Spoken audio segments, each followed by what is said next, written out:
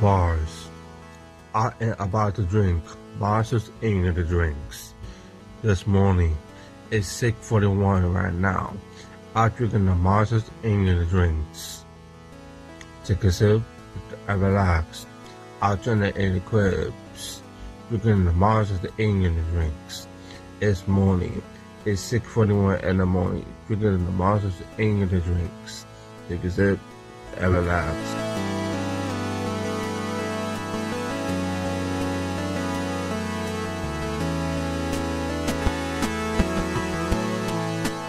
Welcome, everyone. Oh my god! I hope you're enjoying sound. Yeah, I mean, this isn't. I take umbrage with the use of the term 8-bit here because there's way too many channels happening. There's too many. It's so pleasing you can't though. have a chord like that. How's it going? It fills the sonic space. Everything. I'm enveloped by it. I'm being held in the arms of the computer, and it's soothing to me. It's like being in a chapel or like a what's it called? You know. Yeah, this is my church. This is my digital church. My Nintendo is my Bible. That was probably an ad. That was probably an ad during like the crazy era when Nintendo had like neon flash. Well, Nintendo didn't have the attitude. It would have been Sega. That's a Sega ad. It's like, this is my Bible, and it's like it's the guide for like for what was it, Knights? Mugen. Yeah, for fucking Knights. Yeah. What games came out of this shitty ass system? Fucking bum ass Genesis. What the fuck came out on that garbage? Street Fighter. I was trying to think of Dreamcast games, but Mortal Genesis, Kombat. Like Mortal Kombat 3. Like whatever. Well, damn.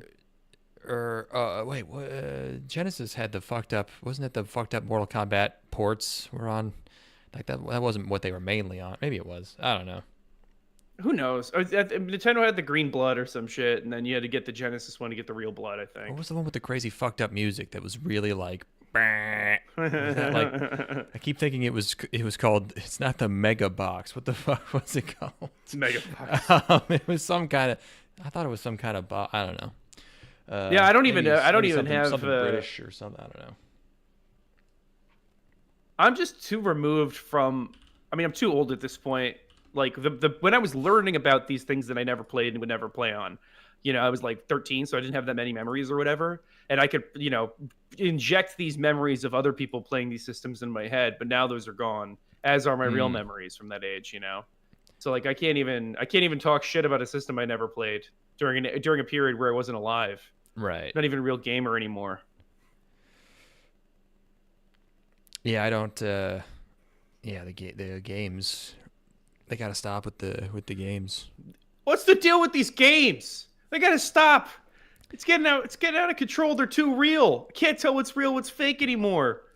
They got that new Resident Evil out. Are you like only a Resident Evil 2 guy? I feel like you're the only person I know who likes Resident Evil. I think you only like Resident Evil 2. I like the tank control ones. I like the 1 and 2. The first lesser 3. extent 3. Yeah.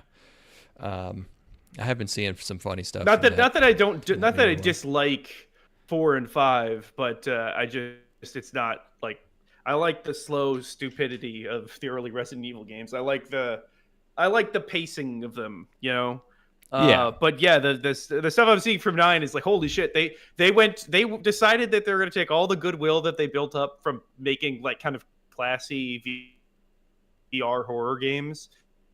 And just like we're going right back to Resident Evil 6, bitch. Not Chris Redfield. Fucking it's Leon Kennedy. Who the fuck's back? Leon Kennedy. Leon's back. Leon's back. Yeah. Leon's back, and he's sexier than ever. Yeah, I like that. It's funny. It's funny that it's for girls now because it's just like a hot old guy, like who's just like haggard and tired, like walking around like forcing doors open. The only person I knew who finished Resident Evil 6 is a friend who is a girl. Yeah, that's it's straight up for girls. So no. There was a transition that I probably was just the fact that Resident Evil 4 came out on the GameCube first probably did it. I would say. That was what did it.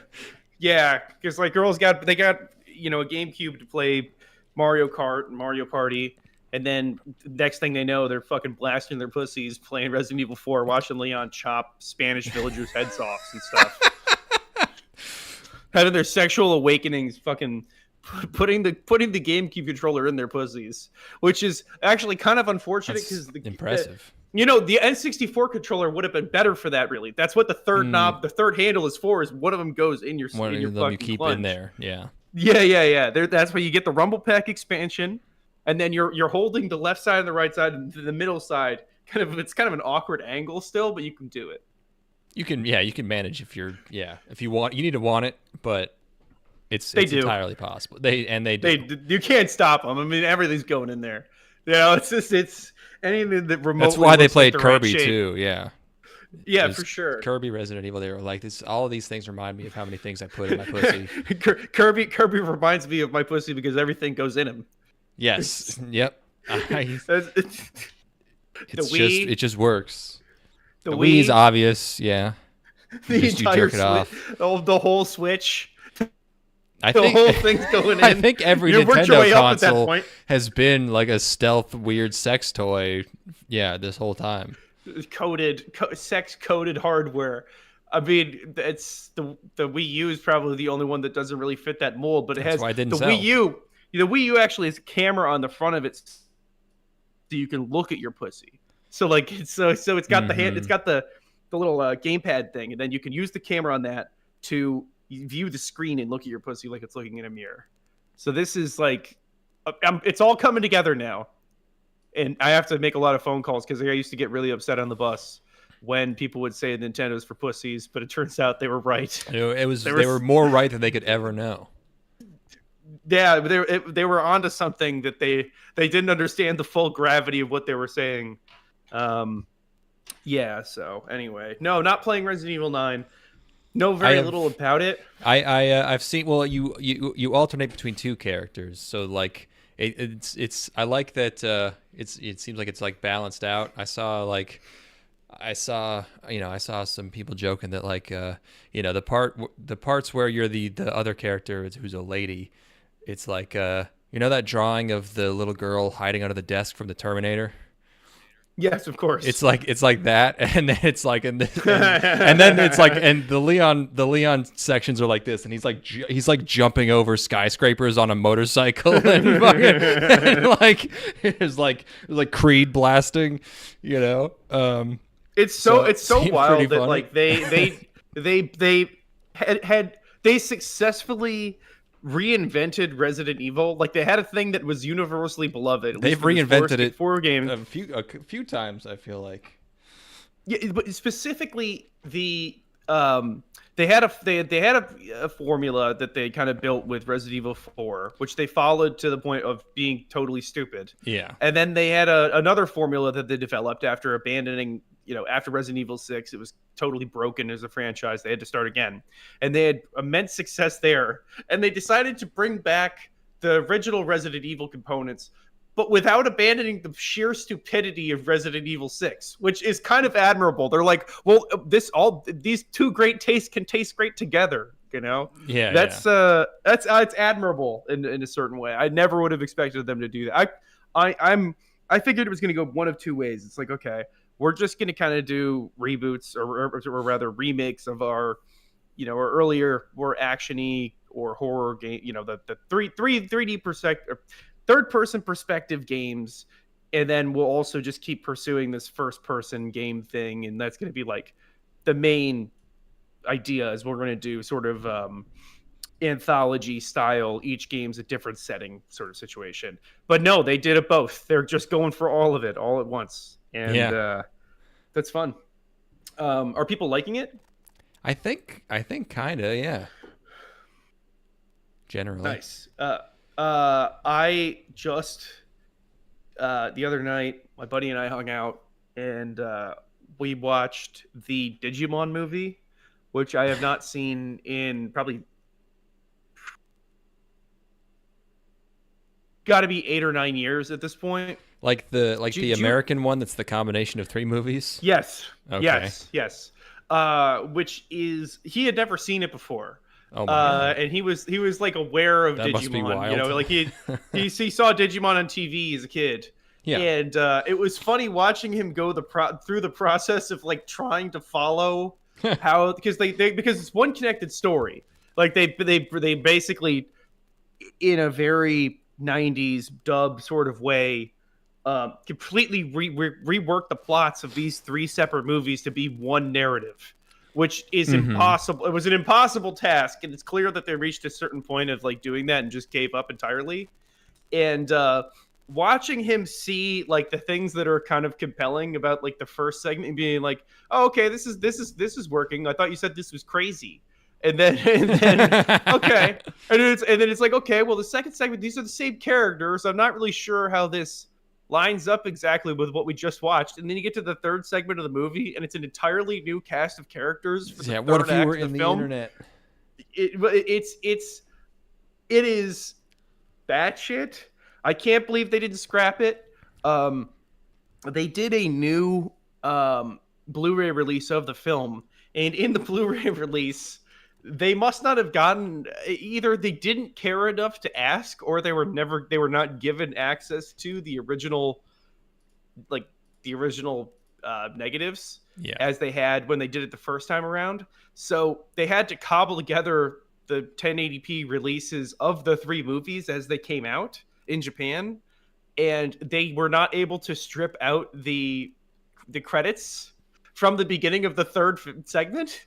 So during the third act of this movie, there's just credits. An opening credit sequence starts playing over the film. Oh my god, dude.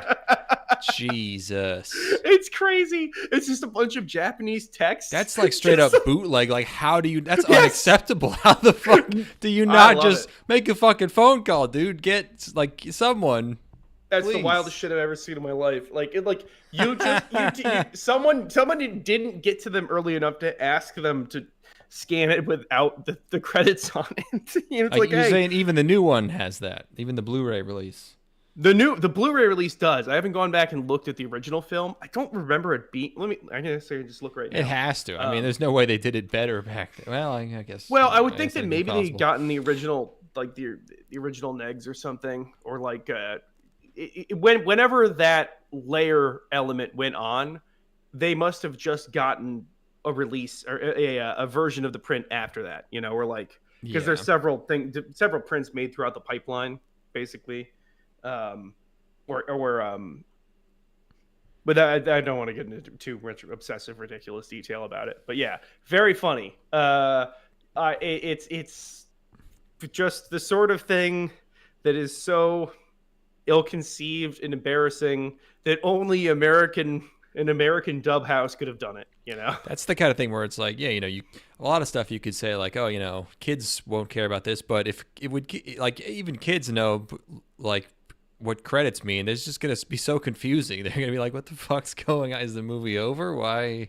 It's so confusing in a movie that already doesn't make sense. It's already fucking nonsense, and like they're trying to like basically dupe the audience into thinking that this stuff is in any way related. And, right. Yeah. Gosh, there's like it's a really just an interesting experience. Let's see. Watched a couple of other movies. And then, would you like to hear about my Nashville drinking or the spice bag? I guess Nashville. You were in Nashville? Or is Nashville drinking just a type of drinking? I was in Nashville for work. Okay. So, I was in Nashville for work. There was some of my coworkers. I have basically this year only been drinking when we record. I just haven't been drinking much. I've been running a ton and just significantly cutting back. But I'm like, fuck it. I'm there with the guys. I'm gonna fucking get turned. And fucking, we get to one of their rooms. Like, we're gonna fucking have drinks and go to the pool, hot tub, or whatever. Guy opens up his room? Yeah. Okay. Guy opens up his suitcase and he has 2 plastic 750 milliliter bottles of vodka for a 3-night stay. And I'm like, holy shit. Like honestly, I can't even talk shit. Like that's how I don't travel with the bottles. I usually buy them when I get there, but I understand.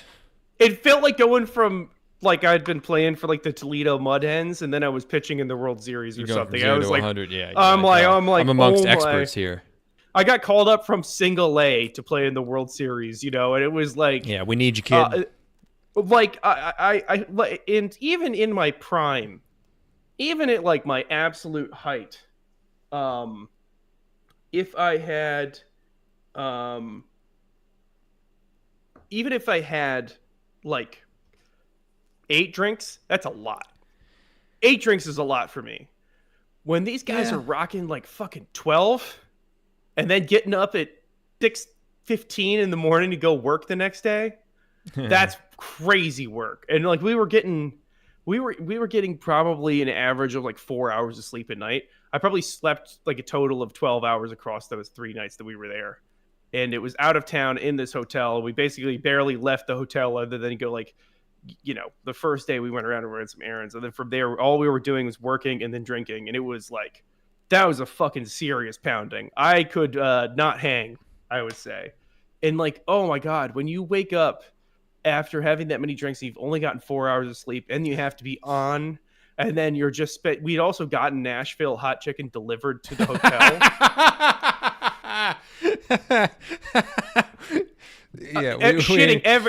It was a perfect storm. We were also doing the 1 chip challenge, and we were also we also bought a bag of Scotch bonnets, and we were just kind of because we didn't want chips, so we were just we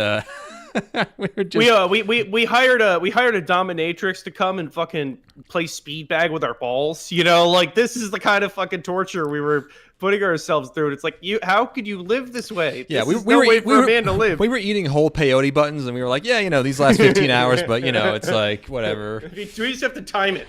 We have to be coming down when we go to work. You just gotta ride it, You gotta be at the halfway point when you want to wake up. But you just gotta bang a rail. And then once you bang, you fucking bang yourself a line off the mirror, and then you're ready to go, and then you chew some bars. It's like that scene. Come together. It's that scene from Flight where he's just getting the right amount of all the coke and all the drugs, but it's just like you're eating a ton of like breakfast sausages and like biscuits. Well, the thing is, like you wake up and like the food that we're being served is like hotel breakfast food too. Yeah. So it's like it's oh, it was not Nashville. going great. Was there gravy and biscuits? Biscuits and gravy? There was, and that was the third day. The third day there was, but the first 2 days it was pretty pedestrian, sort of like scrambled eggs and rubbery bacon, and it's like that's not really getting it done that early in the morning, not especially when grease. you have a mighty rumbling within your tumbling, with a rumbly in your tumbly. Yeah, and it was so that was an every hour on the hour sort of bathroom affair. And I had eventually scoped out the best bathroom to use because this was in a huge, like massive hotel convention center. Okay. So it was like they could house like 8 conventions going on at the same time.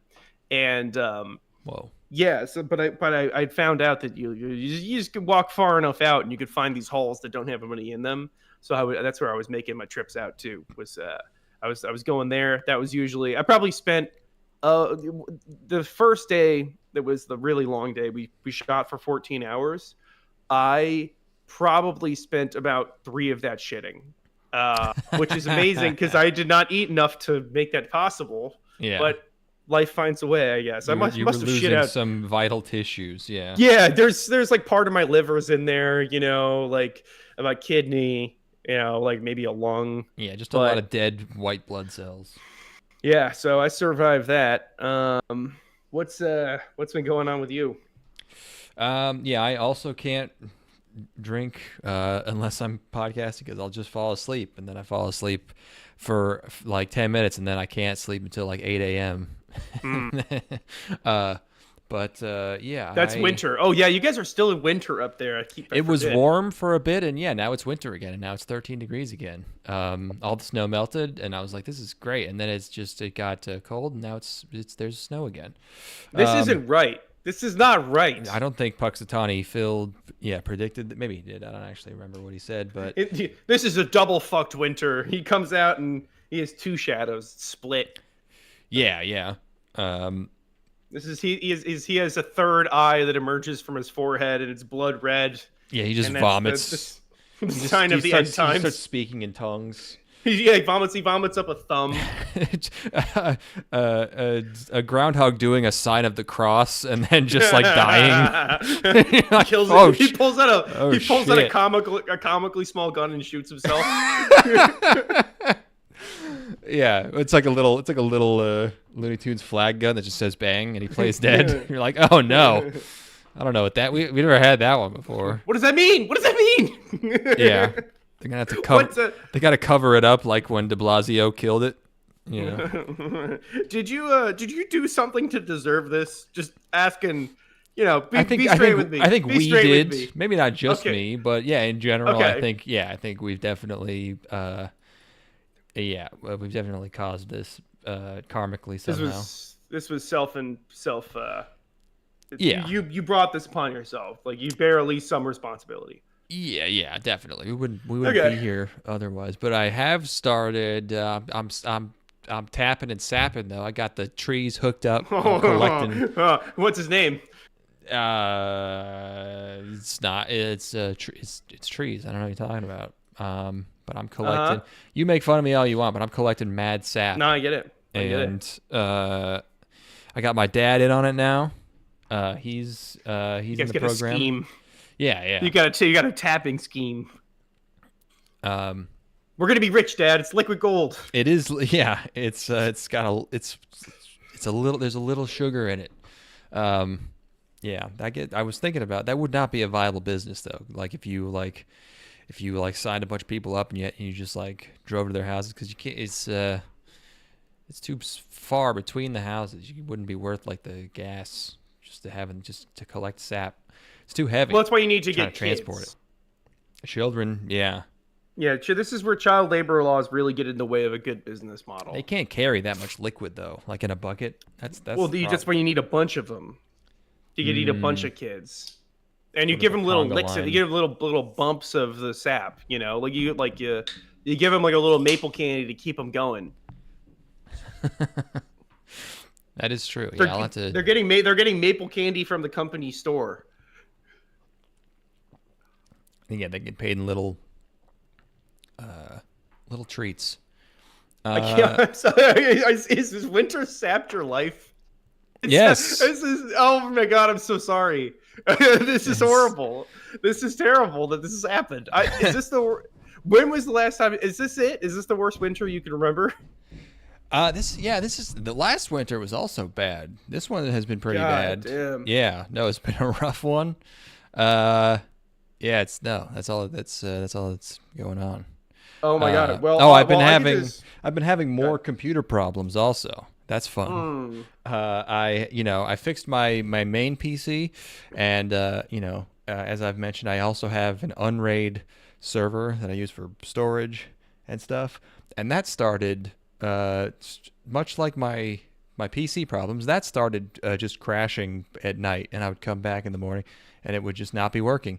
And when you try to troubleshoot this stuff, like I was looking into this one for like days, and everything starts with like, well, first do a RAM test, do a RAM check, or a mem test, do a mem test. And I'm like, I'm not doing a mem test. It's never the RAM. It's never ever the fucking RAM. It's never been the RAM once. I'm not fucking checking. I'm not spending like 24 hours doing a fucking mem test. It's never once been the RAM. And obviously you can tell by how I'm telling the story that it was the fucking RAM. I did a mem test and immediately it was like full of errors. I was God. How could it be the RAM? I've never had that happen. And it was only one stick. One stick of RAM just suddenly went bad. It's only like a year. It's like a year and 3 months old. Well, the good news is RAM is really cheap right now. So it's... I know, yeah, it's perfect time for it. No, but RAM it turns out is always is a lifetime warranty. So I just RMA'd that really? shit. Yeah, or at least with Corsair it is. I assume if Corsair does it, then everyone does it because like why would they be so? They're probably like this shit never goes wrong. It's never the RAM. I don't even know why we tell people to do RAM tests, and then they're like, holy fucking shit, it was the RAM. This is probably the first time they've ever gotten somebody hitting them up about it. No, there's a lot of you hear. I mean, I've always read about it, but I never thought it would happen to me. Just a suddenly bad stick of RAM out of nowhere. So I submitted a thing and they like insta approved it, and I just sent That's it. funny. I just sent it in the mail. So I get like a, when I bought it was probably like $60. Now I get like a $300 value of RAM for free. Oh my fun. God! I wonder if they even have any. They'll have to make some just for me. I was recently on a shoot, and at the end of the shoot, the guy I was working with, he's like, "Hey, do you want me to give me your cards? I'll offload them right now." I'm shooting onto SSDs that are like a terabyte or 2 terabytes. Yeah. And I'm like, "Oh no, it's fine. You just take him home and offload him." He's like, "Are you sure?" I'm like, "Yeah." He's like, "Okay." And then he's telling me, he's like, "Because I just went to fucking the camera store, and these SSDs are now $700. The storage that I bought for $150 8 years ago is now quintupled in price, which is so that's good. I'm glad that I have to compete with massive industries to buy things that are fundamental to what I do. That's good.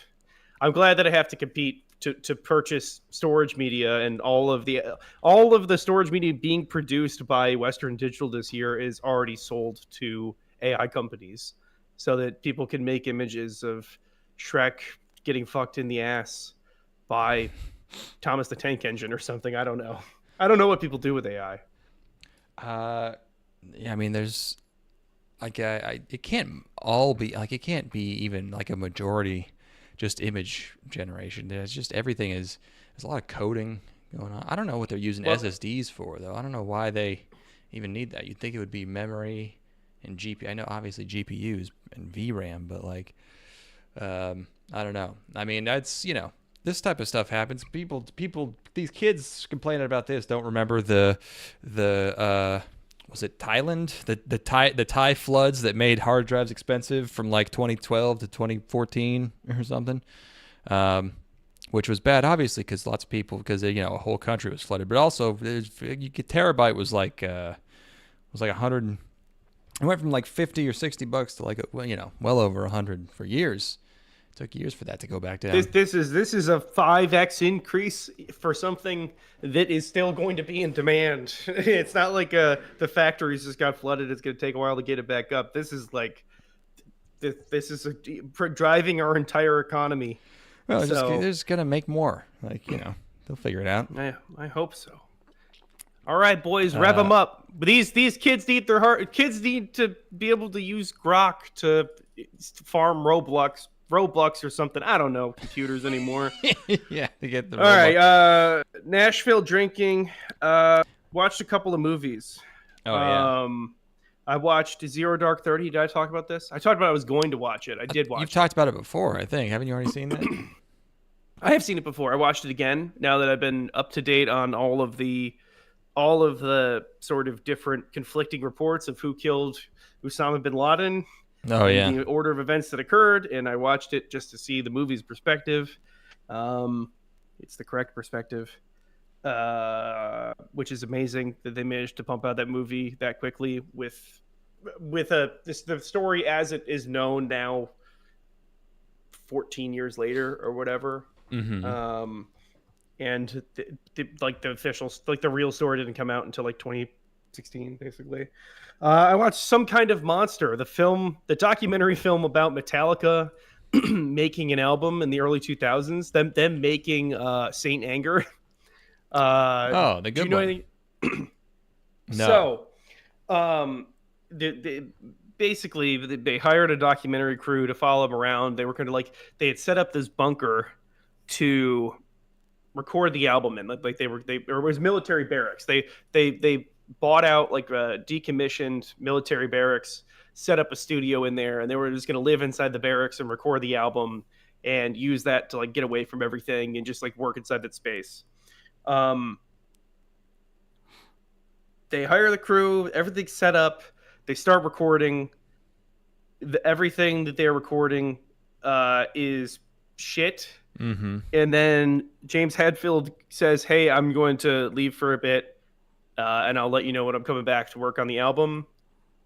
and then he leaves and goes to rehab for 6 full months without letting them know what's going on. so they're just kind of like the rest of the band is just sitting around like, where's James? What are we gonna do? Maybe no one will notice. And he comes back, and he's like, hey, we're not gonna do it in the studio anymore. Let's move it into like a different studio space.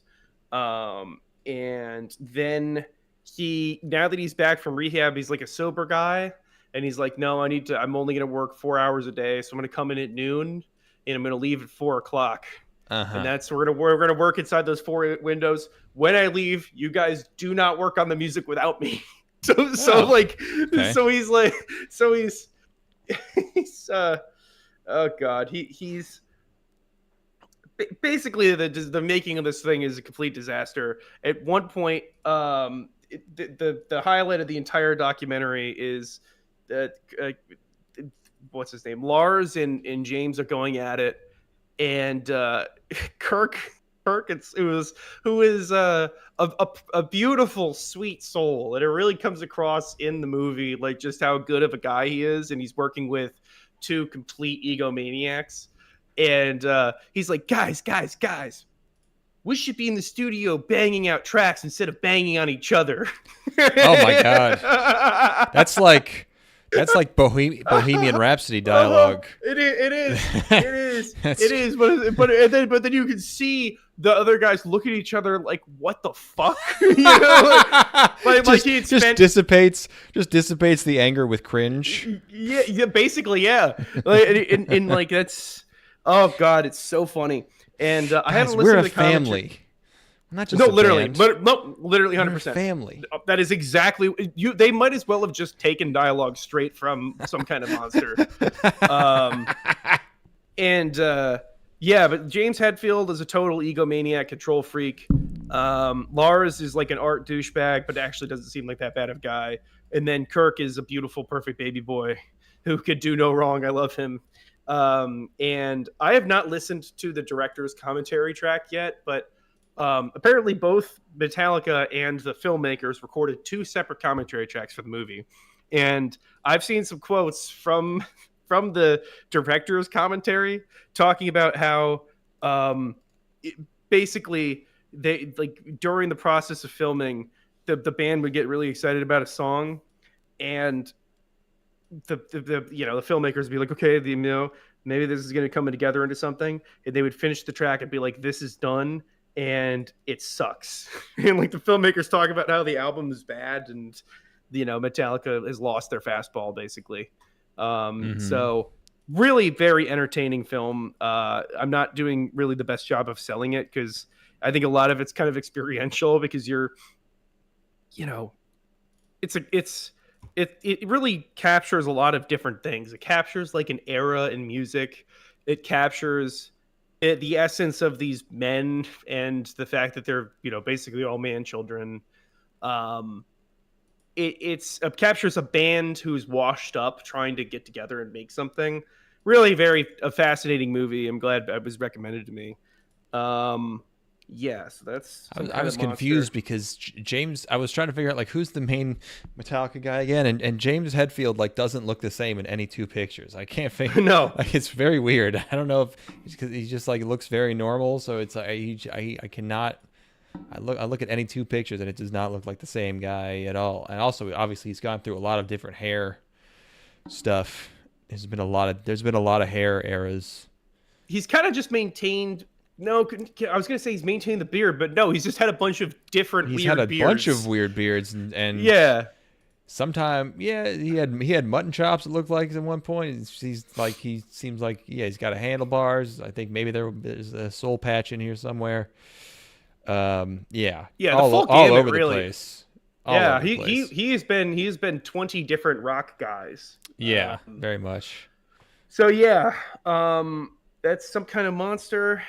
And I feel like I'm good. I was just thinking that so we've talked about before taking over a small town as mayor, co-mayors. Co-mayors. We would run basically a fraudulent campaign and steal an election in a small town and be horribly corrupt. This show has got me going in a different direction. I think we should be corrupt cops instead. I think being corrupt cops would be so much fun. It would be like, especially because we could be in the car together, you know, and like we could be covering for each other. You know, we could be drinking on the job. We can be doing, you know, like confiscating drugs and just doing them. You know, just doing a little bit of Bad Lieutenant action, but doing Bad Lieutenant with a friend, with a buddy. Which, because like I think that's really actually the message of Bad Lieutenant is that he needs to have a friend to be there. Yeah. That's the only thing that can make that movie better. So I don't know. What do you think? You want to join me on this corrupt cop sort of bent I got going on? Yeah, it's fun. It's like being like very openly corrupt, where you're just like, you know, you're having fun with it. You're just like openly like asking for stuff from people. It's like, what you got in there? What's in the glove box? What do you? I don't know. You got any cash? Oh, what do you got? You got some Wendy's there? Can I have some fries? Can I dip my fries in your shake, please? You're gonna let me dip, but you're not gonna dip the fries in the shake. That's it. You're coming in. You're coming in. You gotta see the inside of a cell. Yeah, or like we need to drive stupid vehicles and put police lights on them. You know, like get like a forklift, like have like a police forklift and drive that down the highway. You know, I think that'd be good. Have silly novelty horns. Have the LaCue Garacha horns. Just pull people over with the LaCue. Shake down a Panera. You know, like just finding businesses we don't like and just harassing them, just running a racket on them as the cops. I'm just pepper spraying everything, but putting like you remember in high school people would do they would do axe bombs in the locker room. Where they would just do that with pepper spray and throw it into a business, in like a YMCA. Yeah. Just like doing shots of pepper spray on like on dares just in public, rolling around just screaming chug like just pointing, just being really loud and just pointing at each other as we writhe on the ground like in agony, like oh shit. I always think it'd be good to use to test non-lethal ammunition on each other, just like bend over, shoot each other with pellets and stuff, less than lethal rounds, beanbag, or just use those all the time on random people. Because like really, it's like, what are you really gonna get me for? You know, like, who goes there? It's the middle of the day. You're like, who goes there? And it's like you're running up to them. Halt! Yeah, you're just running up to them in Dick's Sporting Goods, like, who's that? We just sit like on the sit on a park bench and just take pot shots with non-lethal ammo and see if we can hit people from like 100 yards away. Like, okay, I'm gonna get this lady. Yeah. That's the kind of shit. Just lady with a picnic basket just like tumbles down a hill. Just fucking sandwiches flying everywhere. That's like a fucking stupid. That's like an Adam Sandler movie bit. Just, no. Just falls into a lake. Sandwiches look a little bland. You spray some pepper spray into the picnic basket. You're just constantly seasoning things with pepper spray. You completely fuck up your taste buds. Like you think nothing. You think everything tastes completely bland because you've done permanent nerve damage to your tongue, constantly pepper spraying it because you're bored. Eyes are always red and watering. Fuck. You go to take a piss and you forget and touch your dick and you're just burning. Oh man, yeah, that'd be fun for a few days. Oh god, just pull people over, not just to talk to them. Like, man, do you think I'm doing the right thing? You know, just to push them on really difficult issues. Yeah, so me and the old lady. I don't know. It's just, and you're just eating stolen Uncrustables. You have a kid's lunchbox that you've stolen. It's got Pikachu on it. Yeah, you have a Bluey lunchbox. You're opening a Lunchables and making the pizza in front of them and spreading the sauce with the little stick that they give you. Mm-hmm. Yeah. My old lady, she kicked me out, and I'm kind of living out of the car right now. And I don't know. I guess I am the police. I could kick her out and take the home back. I can just go get a warrant.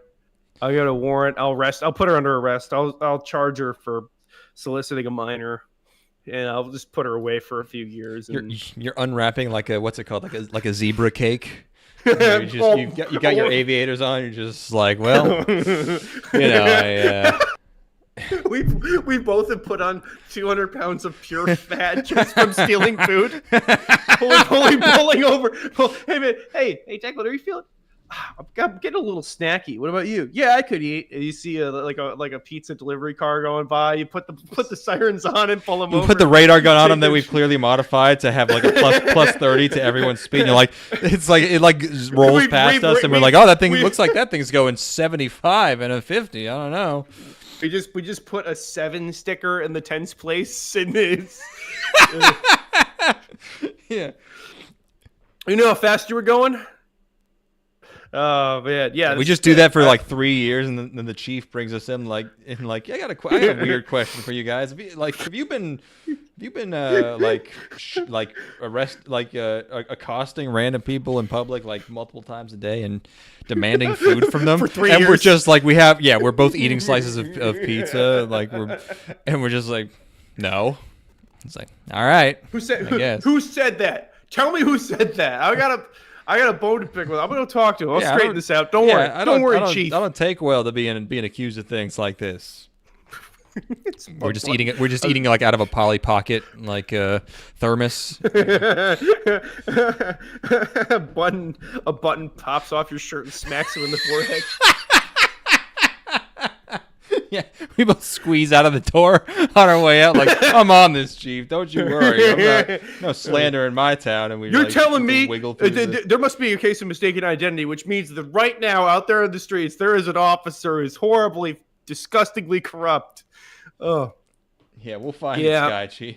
We'll find this mysterious, this thief makes a mockery of the law. We get in the car and it just sinks. It's the suspension sinks. Like, it just like chugs. We're dragging the car. Yeah, like it sparks behind us. We've gone so far beyond just being. No, we get on our scooters and then they're just like the tires are like bulging. we're horse cops, and the horses are like we get on ponies. We've had to put down 8 horses this month because you keep breaking their legs by mounting them with such vigor well beyond anything that could be expected of men your size. Yeah. Oh fuck yeah. Corrupt cops is fun. Yeah. But think about the moral wound that it would make on you. You wouldn't be able. I wouldn't be able to live with myself if I were stealing kids' food. I think I'd be okay. I don't know. Okay, if you say so, then it probably wouldn't matter. It's probably fine. People just be like, people do it all the time. Yeah, that's how people talk about cops. Anyways, they're just like, yeah, he beat me up, but he took my lunch because they're just like because they're just lying, because they don't want to admit to drunk driving or something. It's just like, yeah, this guy. So you just do that. You just do all that stuff people talk about anyways. Force feeding people alcohol so that they get a drunk driving charge. Yes. I don't know what we get out of that, but yeah, we could do that for funsies. Well, these are the people who are coming after us and accusing us of being corrupt cops. Which yeah. Oh yeah. Well, it says you have 17 Deweys this month. My beverage. No. Oh no, that was a loud smack. Oh God, I'll be. No, it's a disaster. It's dripping. Oh, it's a full wardrobe change. Oh no. Oh no, he's my man. My co-host has been soaked. He's still yelling. There's another reason why you can't drink anymore. It's got sugar in it too. No. What were you drinking? Oh, this is. What was it? What is it? What could it be? This is why you can't drink alcohol. He's drinking sugary. He's drinking sweet stuff. This is like a 4-towel affair. Oh. 4's not that many.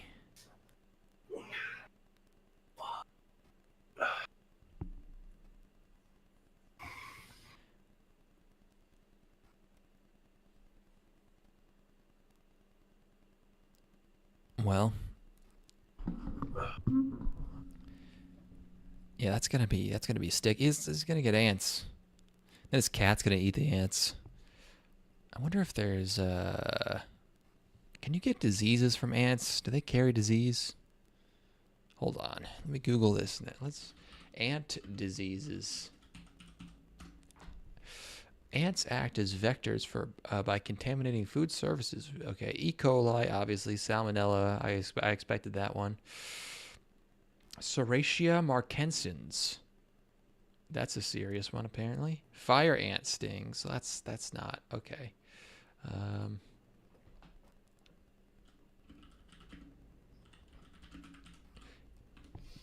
Ant diseases that humans can catch.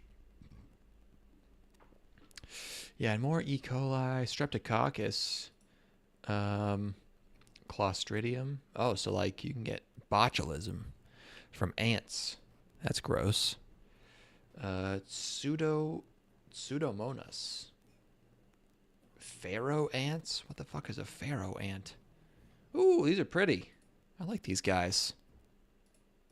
I would have a farm of these. Look at this. Wait, hold on. Look at... Oh, come on. Look at these little fellas. They're like little amber gems. Beautiful. What are pharaoh ants doing? The pharaoh ant is notorious for being a major indoor nuisance pest, especially in hospitals. Oh, that's weird. Why hospitals? Are they eating corpses? A cryptogenic species, which is a species whose origins are unknown. What? What do you mean origins? What does it mean its origins are unknown? How can it be unknown? Like, it came from other ants, surely. Every area of the world. I feel like I've never seen these. Okay. I'm back. It's derived from the belief that it was one of the Egyptian plagues. Welcome back. Insane how, I don't know, maybe 15% of my drink could spill that much. That's not right. That's not right for that. It can spread out. Yeah, it's a thin layer. Outrageous. What drink was it? You said it was sugary. I've got it's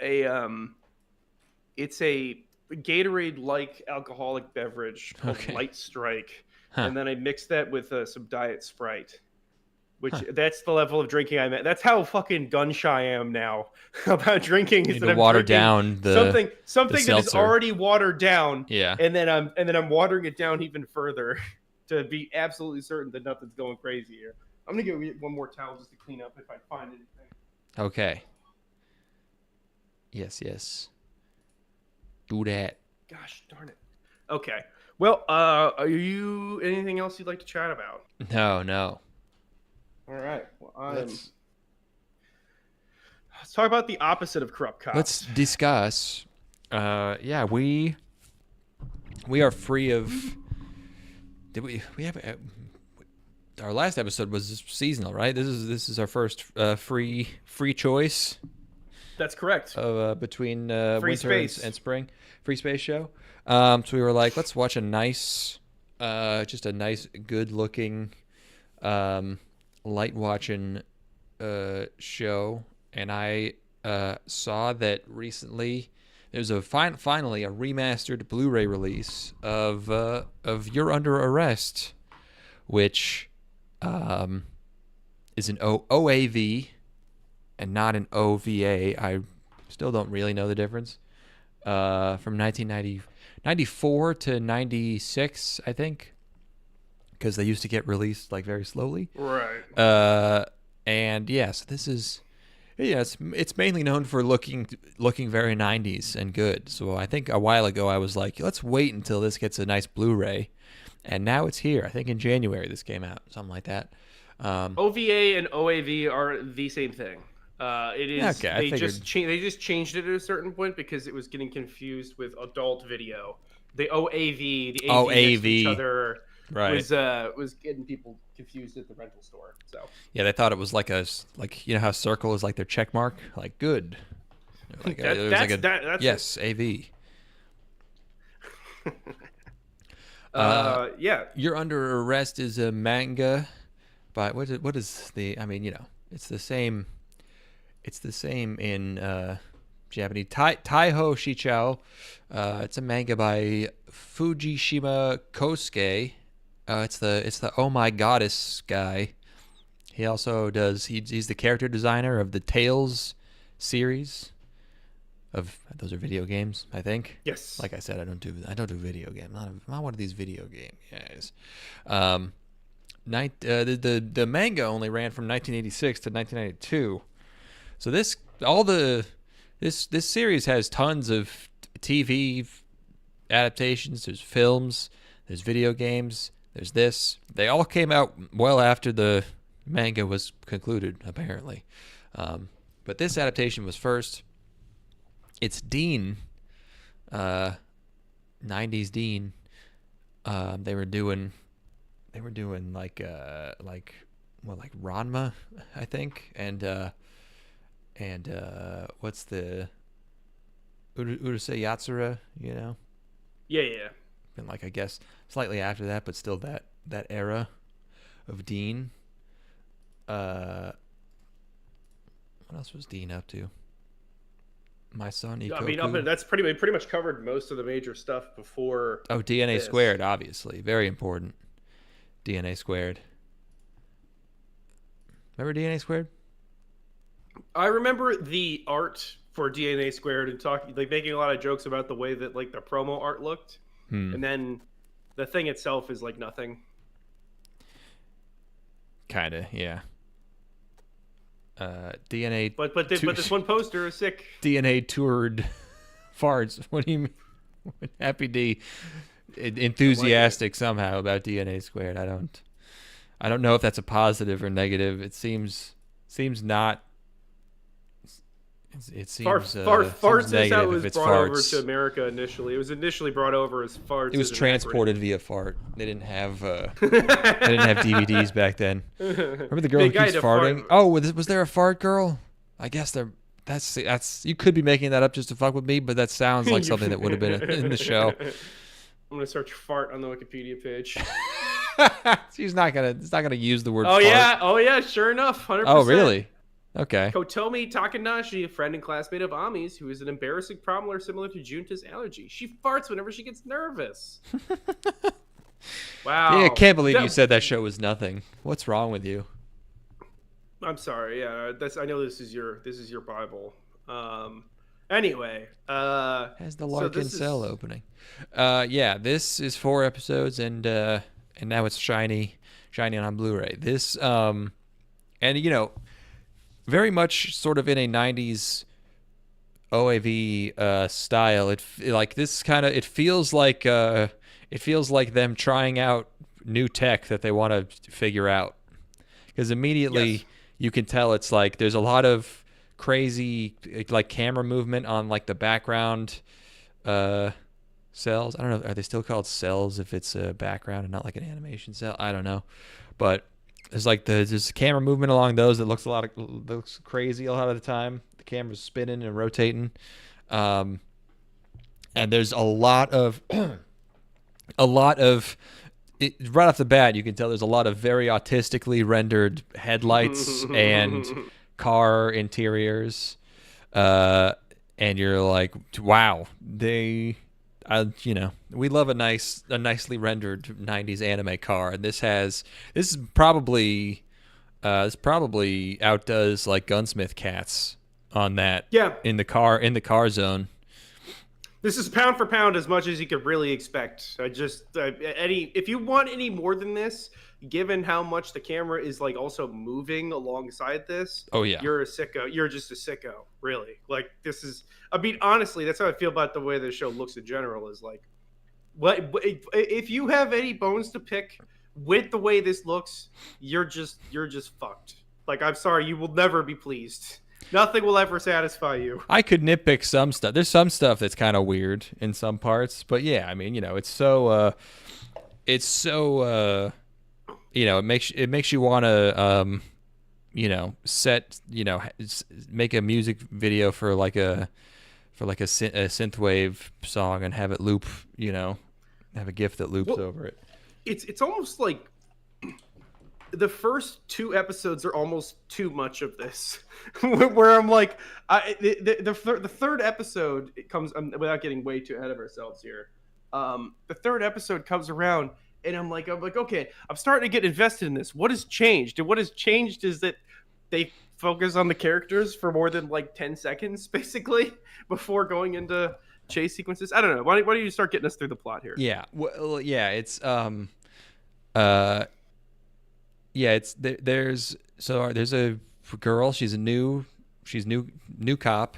It starts with her like scootering to work, and she decides to start like parkouring over like bridges and over children to get to work, and she's being chased by another lady cop. Hebby says, I know it's kind of suspicious that I just came out of nowhere screaming about farts when I've been quiet for 20 minutes, but he says it doesn't get him off or anything. And then he typed something else that he retracted. So it's okay. You could let it out. You could let it out, Happy D. Let those farts out, because this is with Tourette's syndrome at the top of everyone's mind right now. We're not judging anybody for their outbursts. Do not worry. You're in good company right now. Oh, I saw there was a news story about a doctor who was feeding women diuretics and making them hold their pee and pee themselves, and I was like, oh shit, this is Ethan. No, it's not. It's not. You don't. I was like, dude, it's no, you. It's not what it's you if you were a doctor. No, I just share it with me, and then I can distribute it to the people that it is for. Okay, there's a network of many people out there who want this sort of thing, and I just am an enabler of those people. I just want to see them thrive. So again, send me the link if there's any sort of accompanying video materials, maybe something that was revealed during trial. Send that to, and again, I will make sure that gets to the proper home where it can be fully appreciated. Thank you. That's very nice of you to do that for them. I'm a selfless man. Yeah. I like to give back. Yeah, to the community. That's important. So anyway.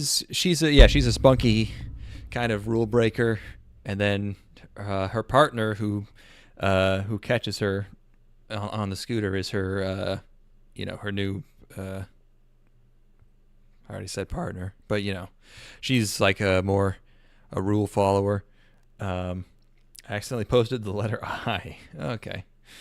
I remember watching this with a friend and being incredibly disappointed in him not being able to appreciate how good it looks. My impression of him lowered considerably. This is something, you're not going to notice how good this looks unless you watch a lot of garbage, which is why that's a kind of forgotten reason we do a lot of the seasonal previews. You watch a lot of stuff that doesn't look like this, and you watch this. We're monk-like in that way, and that we have to. Yeah, you got to eat a lot of pine needles so you can appreciate bread or something. But what you quickly realize watching this show, this OAV, is that like either the dude who wrote this. No, actually, it's probably both. I don't know. I think the dude who wrote this and the people making it have straight up autism, and it's like fully, because it's like there's so many like almost perverted shots of machinery and cars and just like mechanical stuff, and you're like, okay, sure, it's rendered in far greater detail than the women in the show, which I don't know if I've ever seen before. And then it's just like, it was when in the mid, like towards the end of this episode, where they were like, oh no, we got to go to the outdoor World War II plane memorial display. And it's like, and there's like a train yard, and it's like, oh dude, come on, this guy. Oh, sorry, I wasn't attuned to this. This is game recognizing game, I think. This guy has what we in modern times call the autism, and it's the best. Like, oh my god. Well, it's also completely sexless, and like the workplace romance dynamics are like middle school. They're like something that a 12-year-old would devise. That's hilarious. Very, very simple romantic comedy stuff happening also. Yes. Like literally a guy, a full-grown adult hulking hunk of a sex man who's just constantly chasing people on his crazy bike and like trying to run cars off the road with his bike. Carved out of marble, and he can't work up the courage to ask out a girl or even say that he likes her.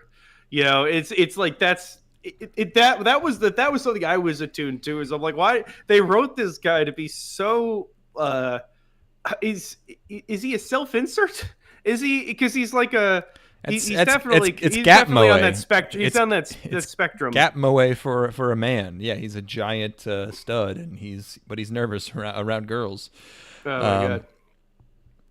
Yeah, it's so the atmosphere of this is it's just extremely pleasant. It's like everywhere they go, it's just like this bright, gleaming, like nice city, which I guess is just Japan, but yeah, it's a cop show, but you don't expect it to be so like just sort of calming and cheerful most of the time, even when there's like sort of crimes happening. It's called You're Under Arrest, by the way. I don't think they arrest a single person. No, well, everybody is doing Japanese fantasy crimes.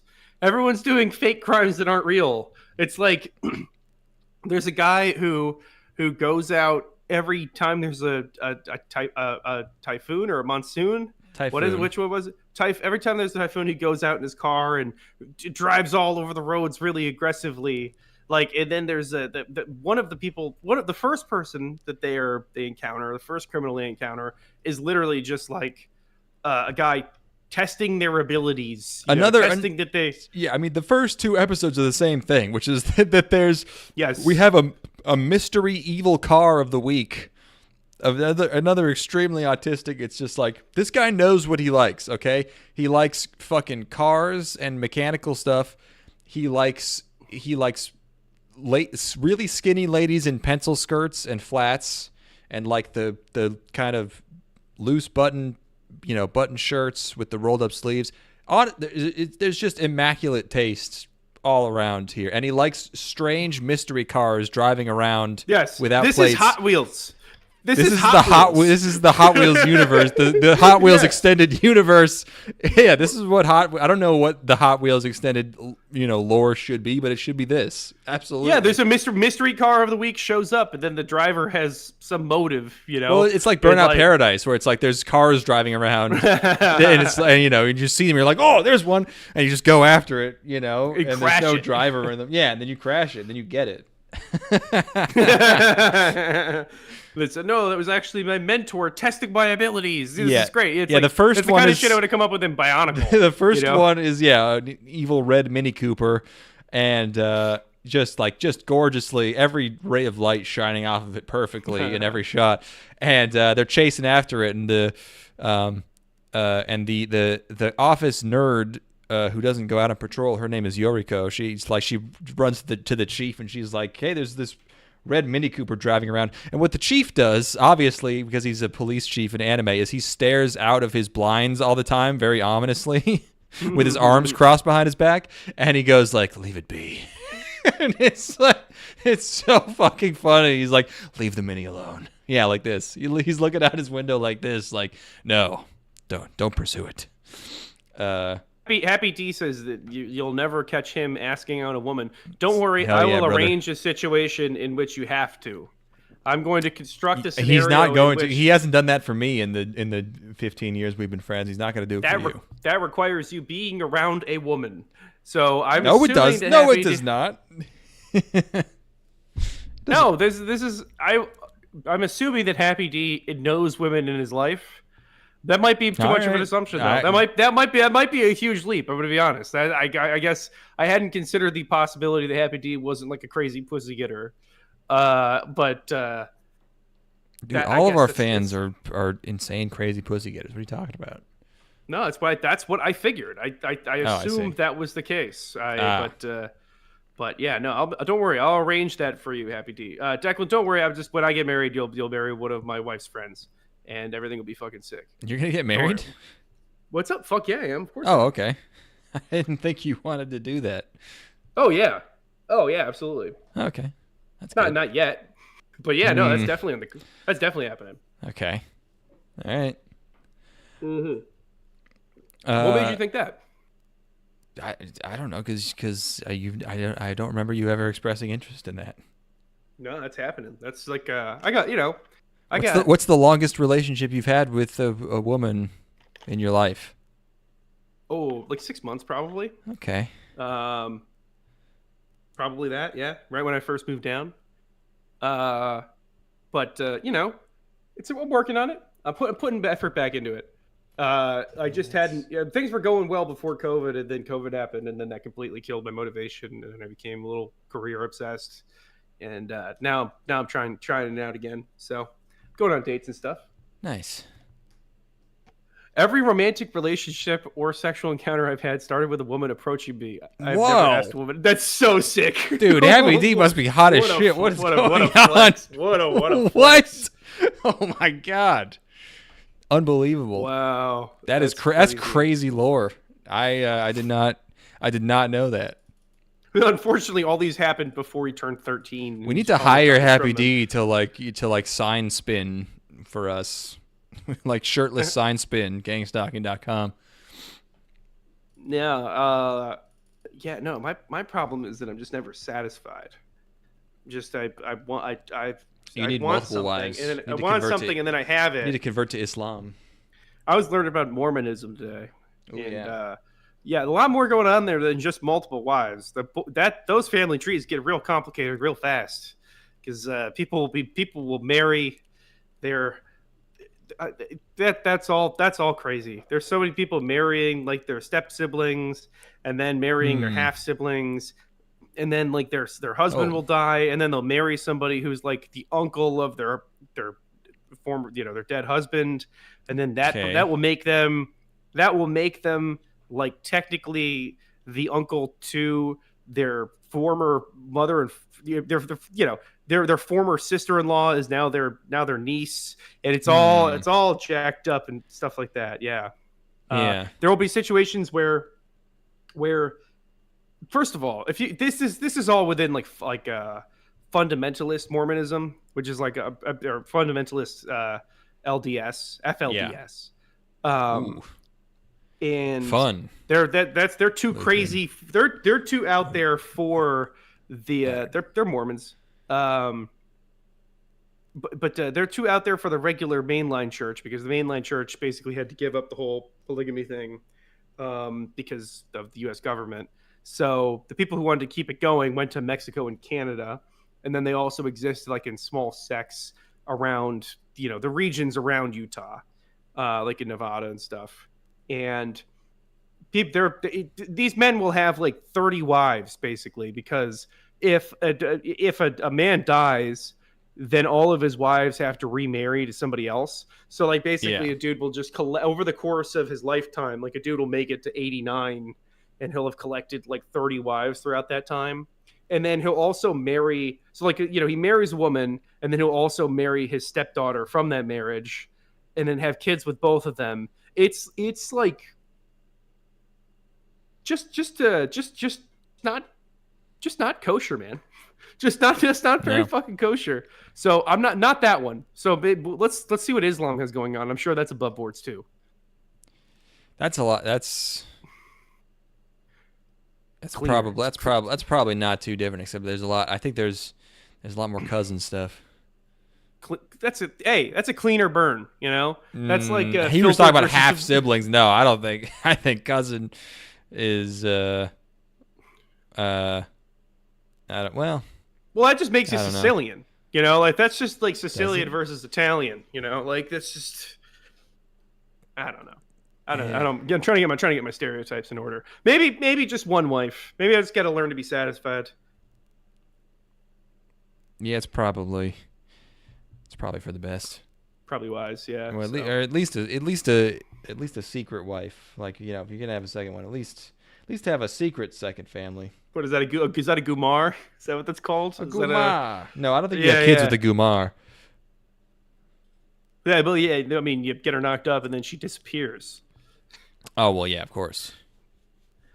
She's going out to take the trash out. She goes to take the trash out, and then a couple of Haitians come through. You can't have a pregged gumar. Oh my God, Tony, you got your Gumar pregged? You got your Gumar pregged? It's pregged. It's Italian pregnation.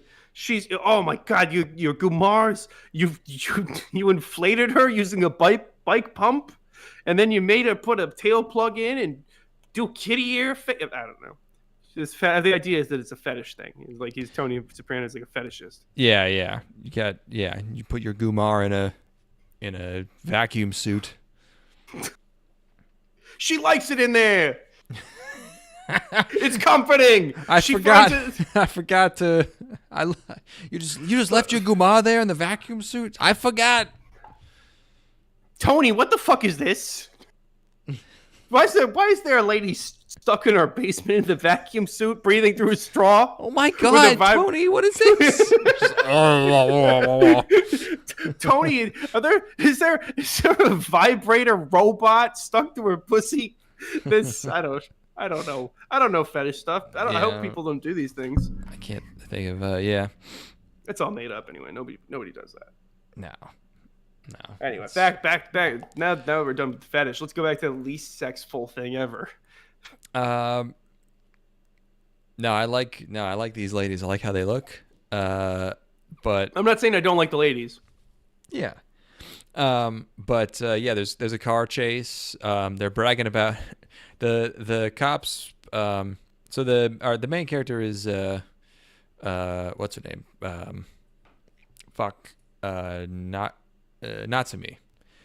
Natsumi Tsujimoto, and then her partner, the more experienced cop, is Miyuki Kobayakawa. And Miyuki's bragging about her car, and it's got 100 horsepower. That's great. Which I thought was funny, but I guess they're very small cars, so it's probably pretty light. And they're chasing this Mini Cooper. And like they're going through increasingly silly environments. Like it just cuts to them like on floating logs somewhere, like going across. But you know, it's this weird like Dirty Harry. Like it's he's calling the Mini Cooper's calling them and giving them hints and stuff. And it's like, all right, this is definitely a test being done to them on purpose. But yeah. So, and then at the end, it turns out it's the guy that Natsumi knows from the shrine. You're like, what the fuck? You kind of I don't know. It's weird, but I think you're supposed to buy into the like he's like a mentor figure because he's a shrine elder.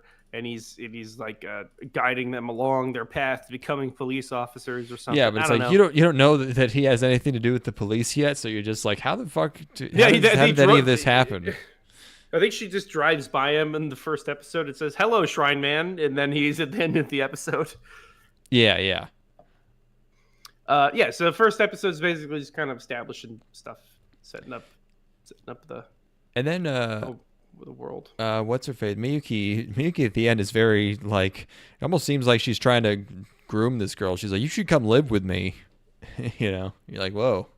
Well, they just jump right into the rom-com premise where they're like, or not the rom-com, but the comedy premise, which is that they're an odd couple that live together. They're like, instead of like setting up a whole episode like that, let's just next episode we can start from there. Right. Also, yes, she has NOS in her car, and she does have this panel to activate it, and it does have a bust button, and also a hard and soft setting. I guess I don't know what those are. So that's pretty good. I would prefer to bust off rather than bust hard or bust soft. Would you rather bust high or low? So I've done both. Depends on what the position is. Yeah. If you're getting head, it's high because you want to hit the forehead because it's an easier cleanup spot.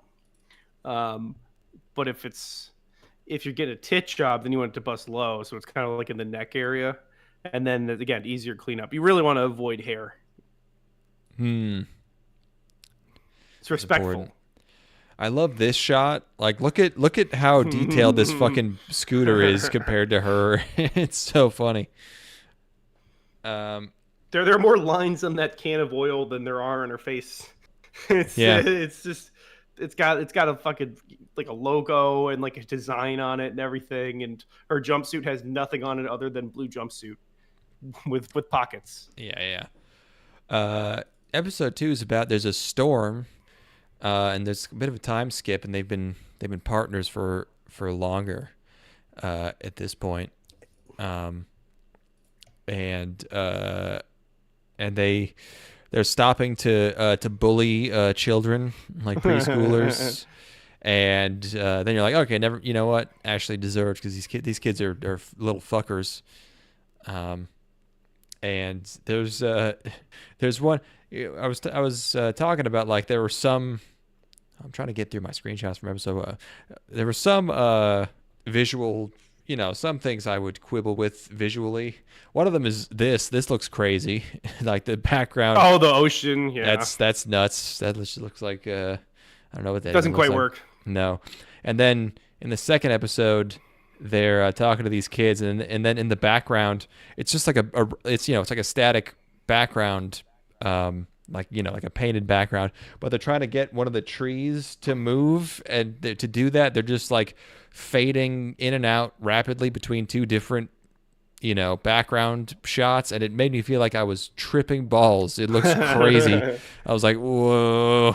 I kind of like some of the sequences where they go lower detail in the backgrounds. Not that this is an example of that, because this is just one part of the frame. But sometimes the backgrounds would get really lumpy and like pastel-y when the cars were moving fast, and I really liked it. But yeah, I see what you're saying. But this episode's evil car of the week, TM, is a yellow Lancia Delta. I also love the big hunky guy. His name is Nakajima, and he comes in, and also great outfits on these guys with like the ascots or whatever that is. He comes in, and they have to. In this episode, they're dealing with two equally important things: a maniac in a rally car, going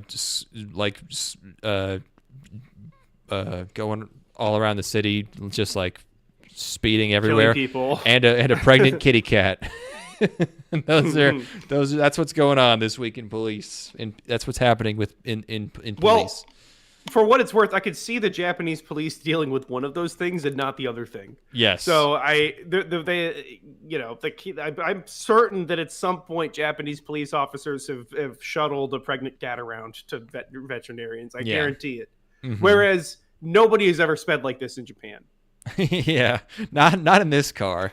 Like, like maybe some psycho who's like, I don't know, renting a car or something. But no one's doing this. This is crazy. So, and this is when we start getting, I keep forgetting it. Everyone has such a normal Japanese name. I cannot remember these goddamn names to save my life. Miyuki and Nakajima start having sexual tension. We start shifting into rom-com slowly but surely here. I would say this is not even sexual tension. It's like this is romantic tension. Yes, I mean I only say sexual tension because that's a term that exists. But yeah, this is some kind of other thing. This is this is asexual tension. Yeah. These are two people who are emotionally attracted to each other. This is a guy who thinks that babies are made when you pee into a girl's belly button. Yeah. So someone's gonna need to get the diagram out for them. Yeah. They're gonna be like, I don't know what to do. They're gonna have to flip through a picture book the first time. They're gonna be sitting naked on a bed with a picture book between them, and then they're gonna flip through it and kind of make sure it works. Yeah. I'm not exceptionally attractive. I don't get approached all that often. I just coincidentally have never approached a woman. Okay, well, that's how many times has that happened that a lady approaches you? Because if it's happened more than once, then you're a freak. You're a freak of nature. I'm emotionally damaged from a relationship that ended catastrophically in college, and I haven't had the energy to approach a woman ever since. Damn. Have you tried taking amphetamines? Because if you take amphetamines, it makes it real easy, I gotta say. I didn't do that. I was on amphetamine. I just went fishing. I didn't approach. You got to go in with the desire. It's got to be your. You have to, you have to have something in you already. Yeah. Oh, well, it's amphetamines. I'm also cranked up on a whole bunch of supplements that have got my testosterone pumping through the roof. I'm taking I'm taking boner pills for my prostate. So okay. It's a cocktail. It's ready to fucking explode out of me at any point in time. I mean, like I'm sorry, I have to ask, how do boner pills help your prostate? I didn't know. And then I went to the urologist for pee-pee trubs, and then he gave me them. And he's like, "These will help your pee-pee trubs." And sure enough, they did. All right, great, sure. Yeah, so something about increasing the blood flow down there. It's been great. Sure. Hey, why not? I'm basically like a kid who got diagnosed at with ADHD at 13, and then I've got like massive uncontrollable boners. I'm cranked up on amphetamines. I'm watching anime. Every time you go back, you're just like, any other problems? Any other weird pills you want? You're just like, well, I mean, just keep loading me up. I don't know. I would like to pee way faster. I'd like to just like blast piss. I'd like to dump piss all at once. It's like, all right, yeah, sure. We got some steroids here, I guess. We can Can you give me the horse piss where it's just like a shotgun blast of urine? Yeah. I want to spray like a male cat. I just want to coat a whole wall instantly. Yeah, I probably should try to get on steroids. I bet I could. They got all those clinics down here. Why not? Let's get the whole stack going. Get on TRT. Yeah. An unconventional stack. I'll tell you what, these amphetamines, this is the shit, man. The other day I spent like an hour and a half just making sure my calendar was set up right. Where I had all of my work dates through August are all in there. I've got all the information I need in there.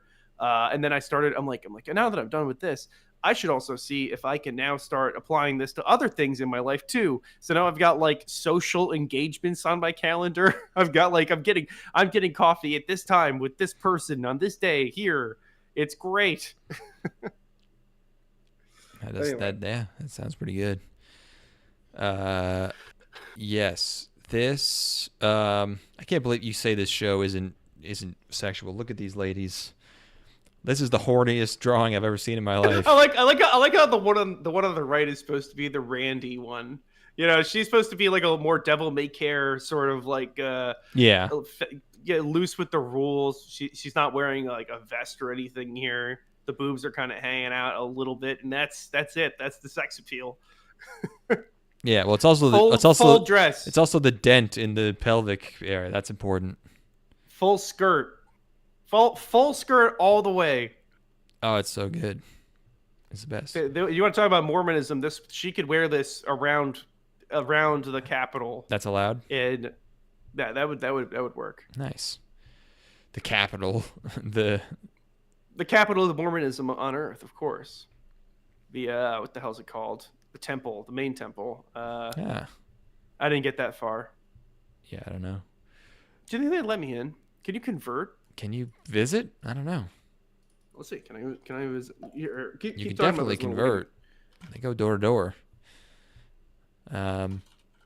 Yes, this lady on the left is Yoriko. She wears glasses. So yeah, in this episode, there's like there's a big storm. There's a power outage. Natsumi punches through a windshield to save a guy driving a watermelon truck. And then they all have to collect the watermelons afterwards because, if this were like a Western show, you wouldn't feel the need to show them like picking the watermelons back up. But like, these things are like $100 over there. So it's different to watch people pick up all the watermelons again. A lot of reflection stuff. They love doing the reflections. If those watermelons weren't picked up, the economy of Japan would have taken like a 2-point hit. Like that was really keeping the whole fucking country afloat. Yeah, or at least that guy, that business. Like, oh no, the entire region collapses. Yeah, that was our whole harvest. That was a whole container ship brought those in. This reflection shot is so fetishistic and amazing. just we love reflections, light. This is a world in which everybody waxes their car every morning. You know, like everybody, there's no dust in the air. This guy or this studio, I don't know, but I love that they were just like, you know what? We don't give a fuck what cops actually do. Like, there's very little, like, it's not like an edutainment type show like nowadays where you would have like the characters like, and you know, this is how we approach this problem, and this is how this part of the job is done. It's like, no, dude, it's just like everyone is just a car enthusiast and they also happen to be cops and they're always on motorcycles and shit. And it's like Car World, but it's just supposed to be the real world, but like it's all about cars and bikes all the time. It's pure of heart. Yeah. And then episode 3 is all rom-com. There's what's her name? Moriko has a mysterious what do you call it? Like a planned outing, some kind of thing, and everyone thinks it's going to be a date or they have a word for it, but like, you know, like a arranged date with, you know, with marriage in mind, set up by I don't know, your parents or whoever, and it's not. It's actually a class reunion. But Yoriko is the one who thought it was a date, and that's how we end up with. I'm still going through all my screenshots from episode 2. Episode 3 is sexier for some reason. I guess because it's the date episode. But this is when we get there's a little bit of horniness of this one. Yeah. There's a little bit of skin. But this is when she does the thing. She does the Eto bleh. That's what this show is known for. People are like, you know, that scene's been on YouTube and people are like, oh, I finally know the context. But it's like, you don't really know the context because you're just like, you don't, because you're like, who are these people? People don't know what that word means, the arranged date word. So they didn't know the context. But that's why. And she does that. That's probably like you're gatekeeping a funny reaction image. I'm not gatekeeping it. I'm just saying, like, I didn't know why she was doing that. I didn't know why she was exhibiting this strange behavior.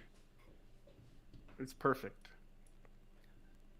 Would you like? So if you were to visit Temple Square in Salt Lake City, you could do such exciting things as experiencing the music of the Tabernacle Choir at Temple Square. Okay. You could also visit the historic tabernacle. There's a lot of tabernacle stuff going on. Visit the Church History Museum. And most excitingly of all, you can visit the statue of Christ. Would you like to see the statue of Christ? It's like you can meet Joseph Smith himself.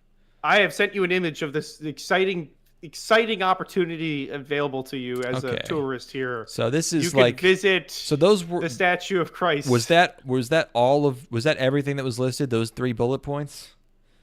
Well, you can also join us for musical performances and concerts, which I think sort of captures the Tabernacle Choir element. So this is one of the main things mentioned in here's what you can do. Yes. If you go to Mormontown and it's this statue. That's I mean, look, I don't want to be mean. I do. But I mean, like, I wouldn't exactly list that in the top 4 because that's buddy. The size is, I think, main one of the problems I'm seeing here. Also, underwhelming in all facets. Also, just this picture, like we just got these 2 guys like just hanging out in the foreground here. They're experiencing it. There's just couches. Just chill out on our backless couch and look at Christ. Well, there's here's another thing you can do is you could watch a 17-minute long orientation film. Let's see. The Christ statue again. This time they call it the Christus statue. You can walk the grounds of the Temple Square. You can walk around. That's an option. You can have a stroll. You can see the statues. Great. Yep. Good. There are flags. They can see flags of 91 nations on display.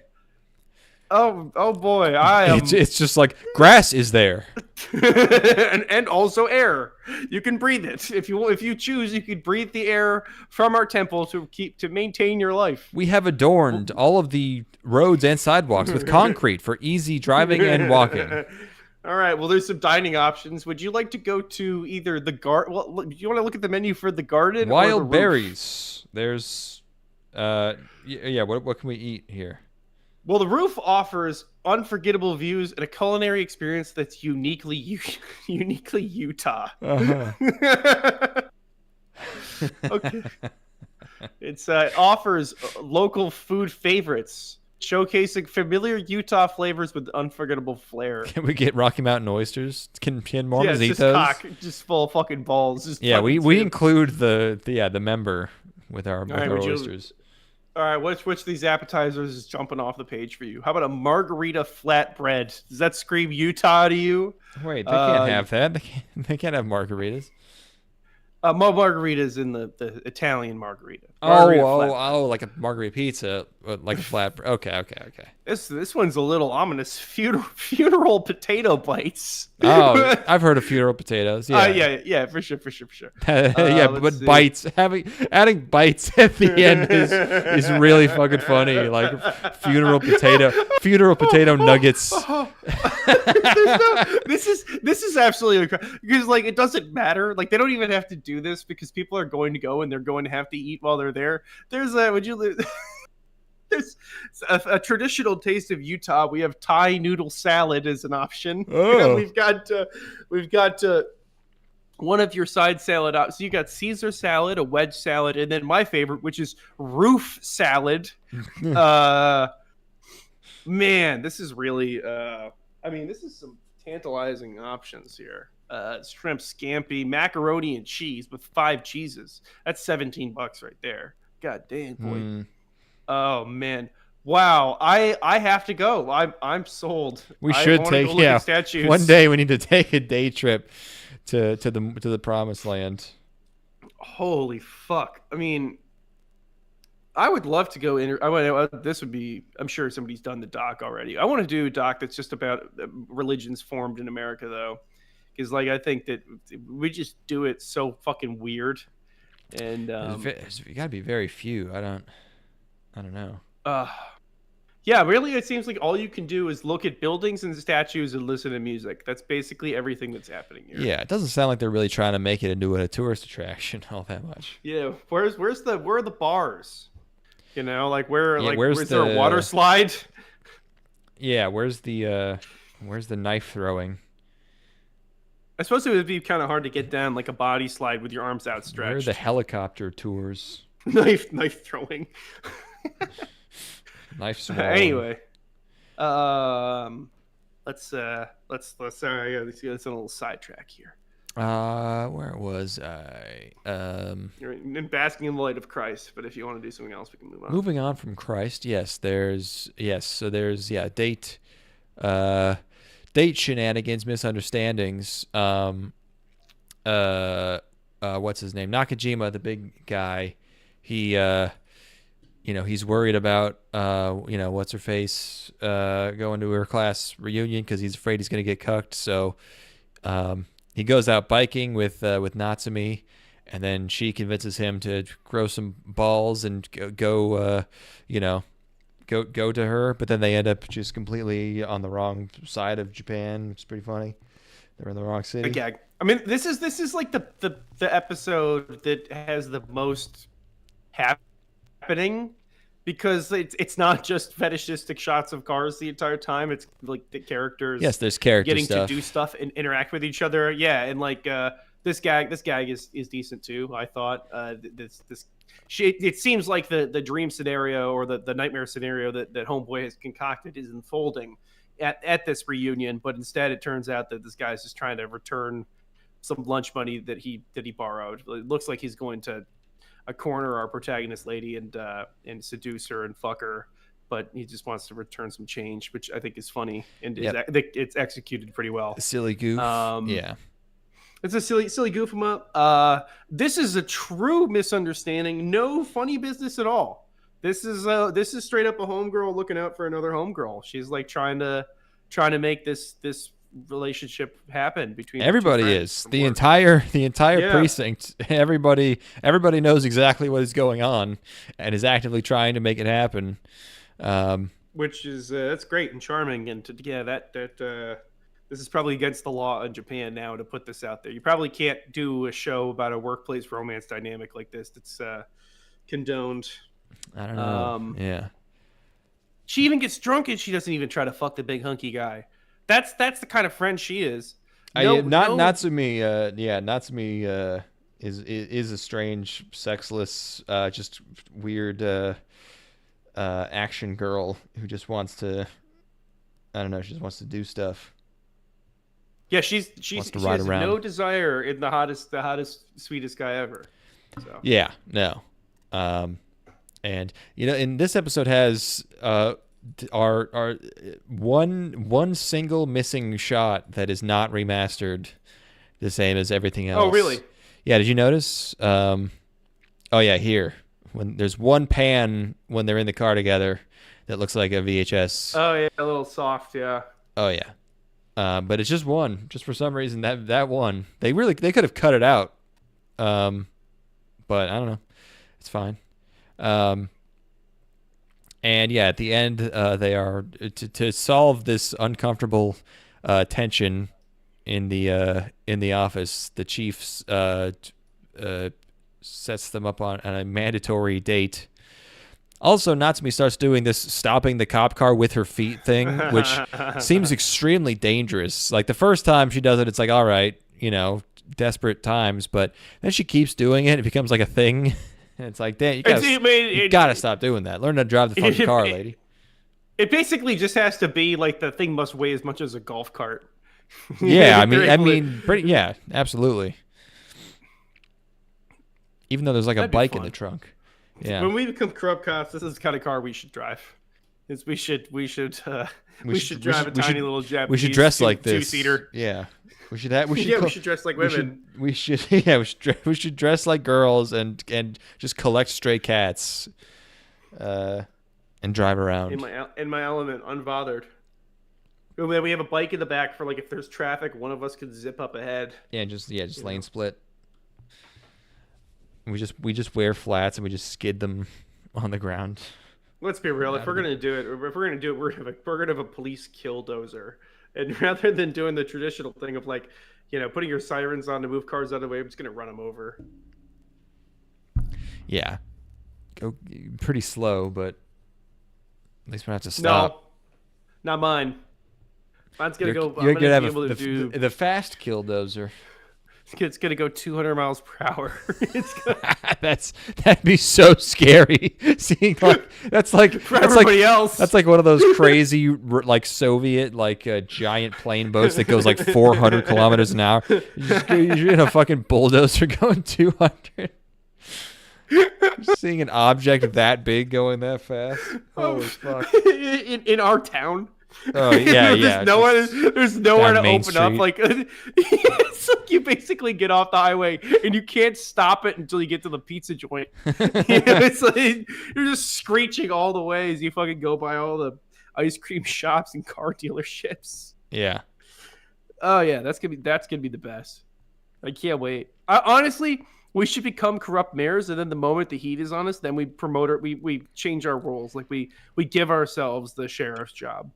Yeah, you're like, yo, you think we're out of touch? Well, now we're cops. We're out there we're on the beat, in the ditch, in the trenches. We're in the shit. We're the thin blue line.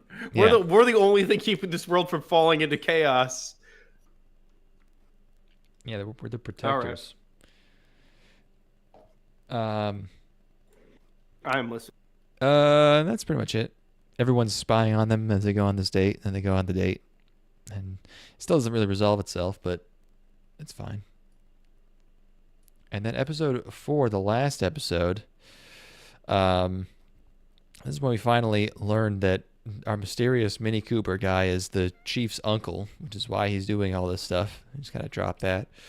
But this episode mainly concerns Natsumi getting a promotion to be like a special bike trooper. And she's like, oh, if I take this promotion, I get to use a more powerful bike, which is really the main thing that I want, is to be on a cooler bike. Because this is how women think in their jobs. They're like, I need more horsepower. I need more torque. I need more power. I need more gears. That's what they want. She's really cut from the Letty from Fast and the Furious cloth. This is very much a Michelle Rodriguez character, sort of bent here. Yeah, but less. I don't know. More sexy, more cute. Yeah, than less sexy, whatever Michelle Rodriguez is. There was a window of time where she actually was pretty cute. If you go look back, I mean, not that. I mean, I love you, Michelle, but if you go back and look at her, like right after Fast and the Furious 1, she's pretty adorable. I don't even know. How would I even find such a thing? It's like the movies that came out after. I'll find it. Don't worry. Yeah, what movies? Michelle Rodriguez cute. She hit the Latino wall, as everyone does. It's all of us just hit it at a different age. That's all. Yeah, I'm hitting it right now. It's fine. It happens. But she is taking this promotion. She learns how to use her new bike. There's a strange shot of Yoriko just popping pills that is never addressed. I don't know why she was doing that. That's never brought up again. She's just like a nice nerd girl. But then she's just what are those pills for? That's never addressed. Anyways, Natsumi, after becoming a cool different type of cop, Natsumi goes back and visits, and Miyuki's very sad because she's crashed her car because she doesn't have anyone to manually brake with their feet for her. That is literally what happens. Yeah. Very, very common problem. I mean, if you ever leave me, I'm actually just gonna assassinate you in the night rather than let you move to a different job because you know too much. Oh, like if I did a different podcast. No, this is in the police scenario. Oh, in the corrupt cop world. Yeah. No, I can't take my my methods elsewhere. Yeah, like you're gonna see me coming up your dirt driveway. Like after you've put in your notice, just letting everybody know that you're gonna be switching departments. You haven't let me know, and I come up your driveway and I get out of my car and I just kind of lean up on the hood and I'm like, so, when were you gonna tell me? You have to answer me, of course. Oh. Hey! Tomorrow. This is sort of your cover. Oh, just that's it. It's tomorrow, huh? Yeah, I was. Tomorrow, I swear, I was. Yeah, definitely. Huh. Okay, tomorrow.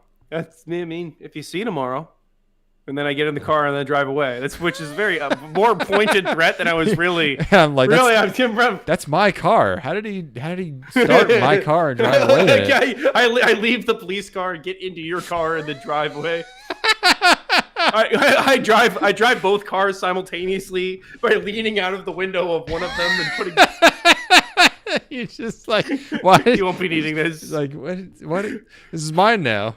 I tow your car away. What I do is I immediately drive it into a telephone pole and then you run away. I back one car out of the driveway about 500 feet, run back up, get in your car, back that car over to the other car, get back into my car, drive it another 500 feet, run back to the other car, drive that 500 feet. Do that all the way home, and I just kind of jump between them like Chinese fire drill style by myself. Oh, that's actually genius. That's a great way to get two cars to one place. Well, and the thing is if I take the keys out of the ignition every time, you can't catch up with me and then get back in your car and drive it back because I have the keys. So that if you try to, then I just have to dodge you to stop you from getting into the. Yeah, it's genius. That is diabolically genius. It's foolproof. Talk more about Mormontown while I use the bathroom real quick. Oh, I'm going to think more about this fucking car scenario because I think I might be the most incredible master criminal who's ever lived. Where I've created a foolproof car stealing scheme where if you have both cars, they can't catch up to you. So like this could be applied to many things, but you could do it with cars. You could do it with let's say you're stealing a grocery cart from a grocery store, and you have two of them, and you push them both, one at a time, and you jump between them. Like, what are they going to do? Take one of the carts, because then you have the other cart and you get away with one of them. I don't know why people don't just steal two things more often, actually, because you could then abandon one of them, and then like the other person has to deal with one thing, and like, do I just take the one thing and cut my losses here, or do I still chase after him in the hopes that I can get the other one? Because then you can abandon the second one and then go back to the first one and go a different direction, and then now they're really fucked. So really, I think I might be the greatest master criminal. Has anybody ever tried robbing two banks at the same time? Now that's fucking serious diabolical mastermind shit. Like, has anybody tried waging two wars at once? Right? Like you start wars with two different countries, and then like when one country starts to fight back, you go back to the other country and fight the other country again. And then once the first country gets bored, you go back to fighting them. And you just ping pong. That's kind of my system that I've devised, is that you just do everything twice as much. And if one of them fails, you can always fall back on the other. And then you can kind of, it's like when you're training a team Pokemon and like you don't have XP share yet, is you just switch between them, like you throw one Pokemon out there who's like a lower level and switch to the other Pokemon that you can clear the team with, so that the first Pokemon gets the experience, And that's actually how I built my entire philosophy, is built around how I played Pokemon when I was 6.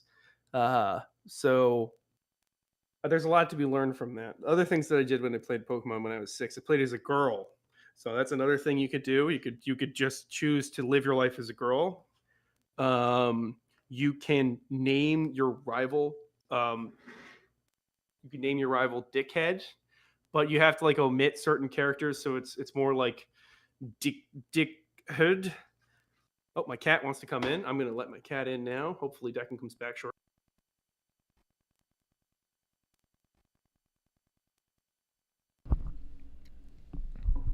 Yeah. I was talking about how I'm actually you can apply this method of stealing, or getting away with two cars. You can apply that to other aspects of your life.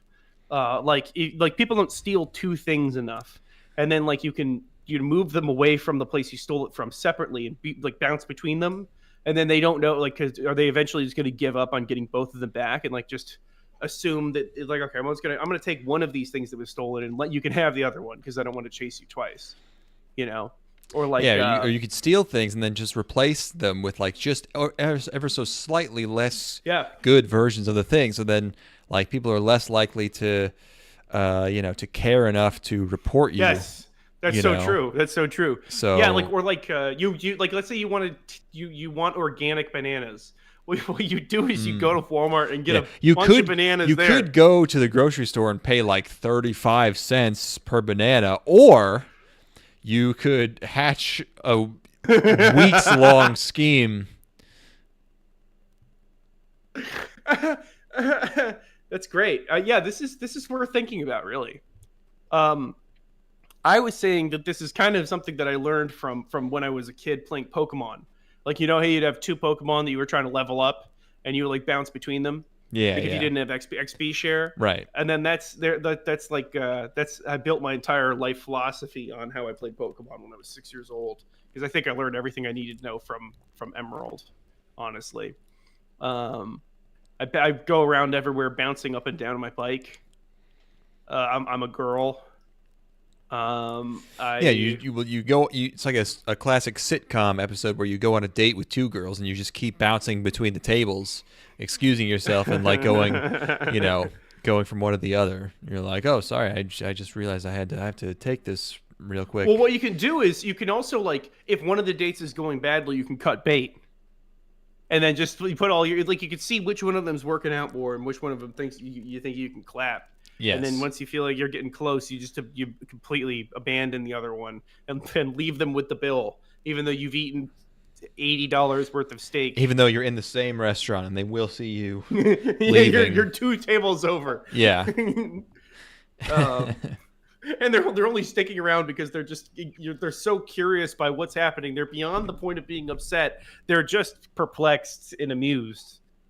Which is a strategy also. Like if you're going to do something that's wrong, do it in a way that is so stupid that the people that you're wronging don't really have it in them to get angry about it. Yeah, razzle dazzle them. This is we're handing out, we're dispensing life lessons here. Give them a nice story. Yeah. As long as people are like, oh, this would be interesting to talk about later. Or maybe everyone's not a podcaster and doesn't think like that. I don't know. Yeah, it's like, oh, I'm going to go home and not have any outlet for this story. Maybe people can actually get upset by things. I don't know. It couldn't be me. Nah, not me. I don't care about. I don't fucking care about cringe. Am I right? I only care about cars, bikes. I don't know anything about either of them, but that's all I care about. No, not really. No, sometimes they look cool. Yeah, if I see one, I'm like, that's neat. Yeah, I'm sure if we saw any of these cars also like not drawn, they wouldn't be as cool. Like I feel like this is a lovingly rendered version of something that like in real life doesn't actually move the needle that much. Yeah, and the amount of effort going into it. Yeah, they really do look better than cars actually look. Food is like that too. Food, cars. Women, food can look pretty good. I don't know. Guns. Women is true. Guns. I like guns. Ghosts. Ghosts money, definitely look way cooler in alcohol, in media. A towel, microphone, computer monitor, speakers, water bottle, cup, change, my phone, my audio recorder, the door to my apartment. All those things look cooler in animation. Yeah, I love it when shows have your apartment door. It's like a little Easter egg. I'm like, oh, this show has an Ethan door in it. When there's a shot inserted into it that's a vision of you from the corner of your room, and it's perfectly 1-to-1 exactly as you're standing, and like when you go to look up into the corner of the room, that's reflected in I love that Easter egg that anime does sometimes, where the screen becomes a mirror, and I'm looking at myself, and I go, what? And then there's a guy behind me, and then I look behind me, and he's not there. I'm like, wow, how'd they do that? That's cool. How'd they do that? I love this. I love this. Cool. One of my favorite features in the Blu-ray release of You're Under Arrest is when you get a phone call from a mysterious voice. Remember about 5 minutes into episode 3 when there was a mysterious voice on the other end of your phone and it told you to meet them at the park. When you go to the park and then it's a person who looks like they came out of your nightmares and then they beckon you towards them and you get into a van and then that van goes out in the middle of nowhere and there's a small house and then you have a vision of the house on fire. I liked that. I liked that part in one episode when I got a notification from Ring that said there was motion at my front door, and I looked at it and it was Natsumi and she was standing there, but her eyes were wrong somehow, but I can't explain how, and she was just standing there, and I went, wow, that's neat. That is strange that this 2D anime girl brought to real life, her eyes didn't really make the transition into 3D that well. That is shocking to me, I gotta say. That's so scary. Ooh, don't say that one. I like that one.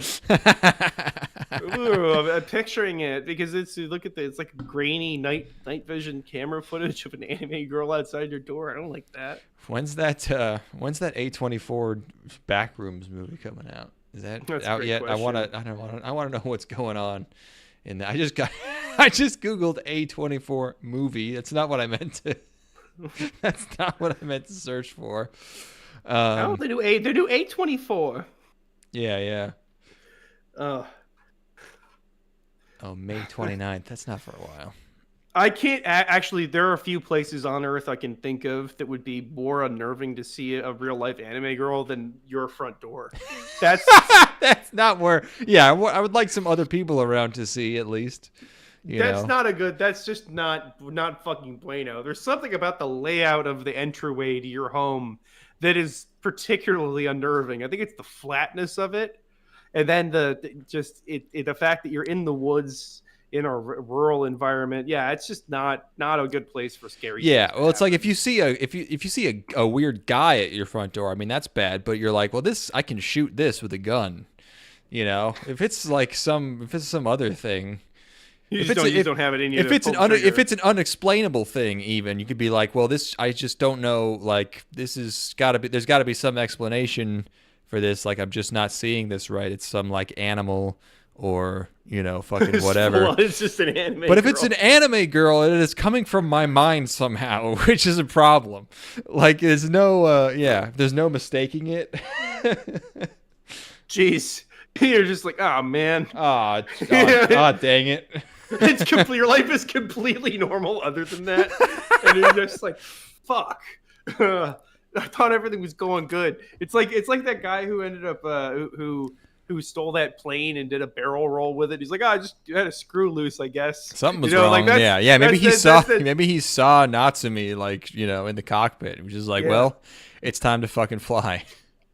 Yeah, I'm glad I don't have that yet. I mean, like, I'm not ruling it out at this point. I think at this point I could say it's unlikely that that'll happen, but the mind works in mysterious ways. Yeah, you're probably good.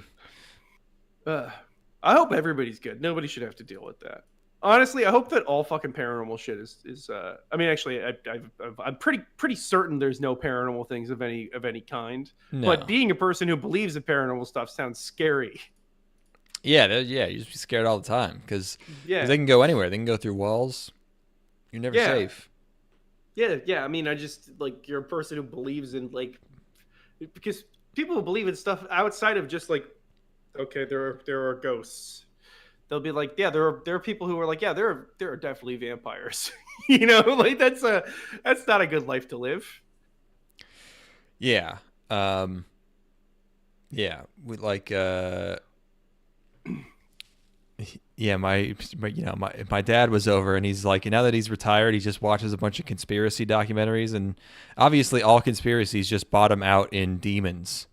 It always just ends up being demons, and he's it's the catch-all. Just like it's like they're talking about demons too, and which like it doesn't seem true, but like there's a lot of people that say it, So, yeah, we've been in the woods a lot. It's cool that nothing's really scary has happened in the woods. That's nice. No, we've been intense. We've been intense in the woods. Like that's like as exposed as you can be. I've had just the fly cover on my tent, not even like the rain cover in the woods. Like I might as well be sleeping outside naked like a baby, but no horrific monsters have come through and killed me. When you're sleeping in a tent, and you hear the noises outside, it sounds like you're in Times Square with it's probably like one squirrel like just bouncing around. It sounds like you're in Zootopia, like with the amount of shit that is going on because you're on such high alert, but you're also like you're like 90% asleep. Half asleep like, stuff. That's just not fair. It's really just not fair that you could be half asleep outside. Like they really should you should be able to hit the switch and go completely zonked out, because that's when it gets the worst. Because nothing has ever sounded bigger than like a raccoon. Like a raccoon. Yeah. Something that I could easily kill with my bare with minimal effort kill with my bare hands. Yeah. And like but I've never been more afraid of anything. It's like, so I mean, heaven forbid there was like a skinwalker. That would boy. Yeah. Yeah, I don't like those. I'm against those personally. Yeah, we're taking a hard stance as a podcast against skinwalkers. We don't like you. Or at least we want to keep, fair distance. Yeah, we just, you have your space, we have our spaces. I'm gonna go pee. You fill in the gap here as we kind of land this plane. Yes. They I find it strange that they didn't even try to draw these two ladies differently. We have Natsumi and we have some other, her other, like another lady that she ends up, being a cool motorcycle cop with. And you just can't tell them apart. Their hair's different, but it doesn't matter when they got fucking helmets on. Now does it? Doesn't matter at all. But they have the ascots, and that's nice. But yeah, the sort of event that ends up, bringing her and her old squad back together is that there's a fire. This guy, another motorcycle, because everything's got to be motorcycle or car related. He's got a leak in his gas tank, and he's like, "Why is my gas empty?" So then he opens the gas tank, which makes the gas spill, which lights it on fire, which is probably a pretty realistic scenario. I don't know. It seems like it's something that could happen. And then his bike that's on fire is next to what looks like a truck full of nudie magazines. There's also Jump in there, I can see, because it says Jump. And then so that becomes an issue. And then a guy is like, "Oh, I sure hope I left the parking brake on my giant tanker truck of gasoline." And we call that an unstoppable. Yeah, it's an oopsie. We call that. Yeah, that's a raw unstoppable. And but they do stop it. And then the gang's back together. Yeah.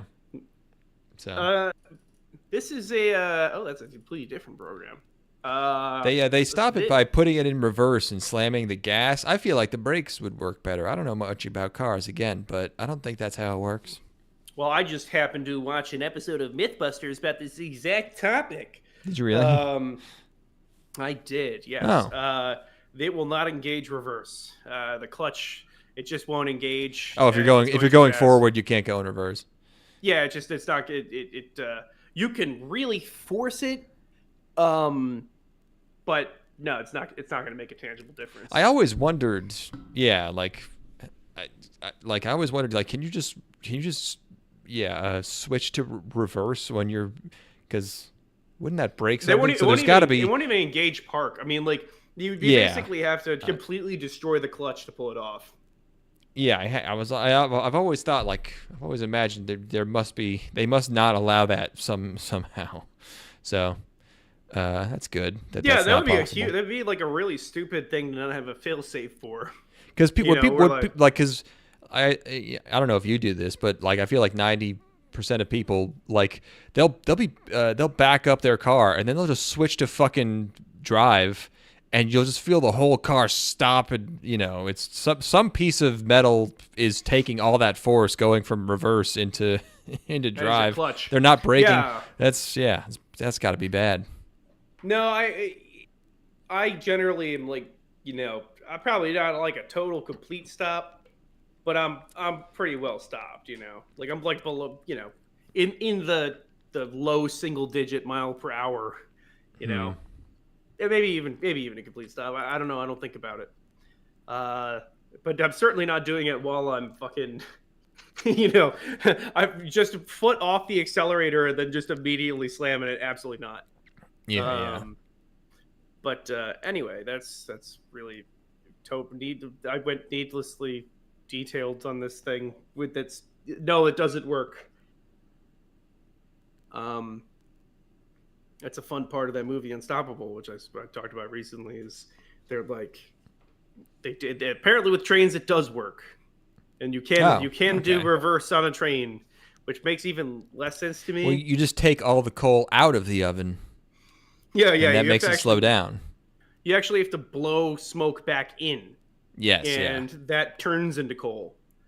So that's actually a huge portion of that film. Is them taking turns blowing smoke back into the smokestack. Yeah, they have to. They have to suck on the chimney pipe and blow the smoke back in. And there's a misunderstanding at the end of the film when they get off the train, because I don't want to spoil the movie for you, but they stop the train and they get off the train, and Denzel Washington's family is there to like congratulate him, and they can't tell which one's Denzel and which one's Chris Pine. Yeah, because they've both been above the smokestack, and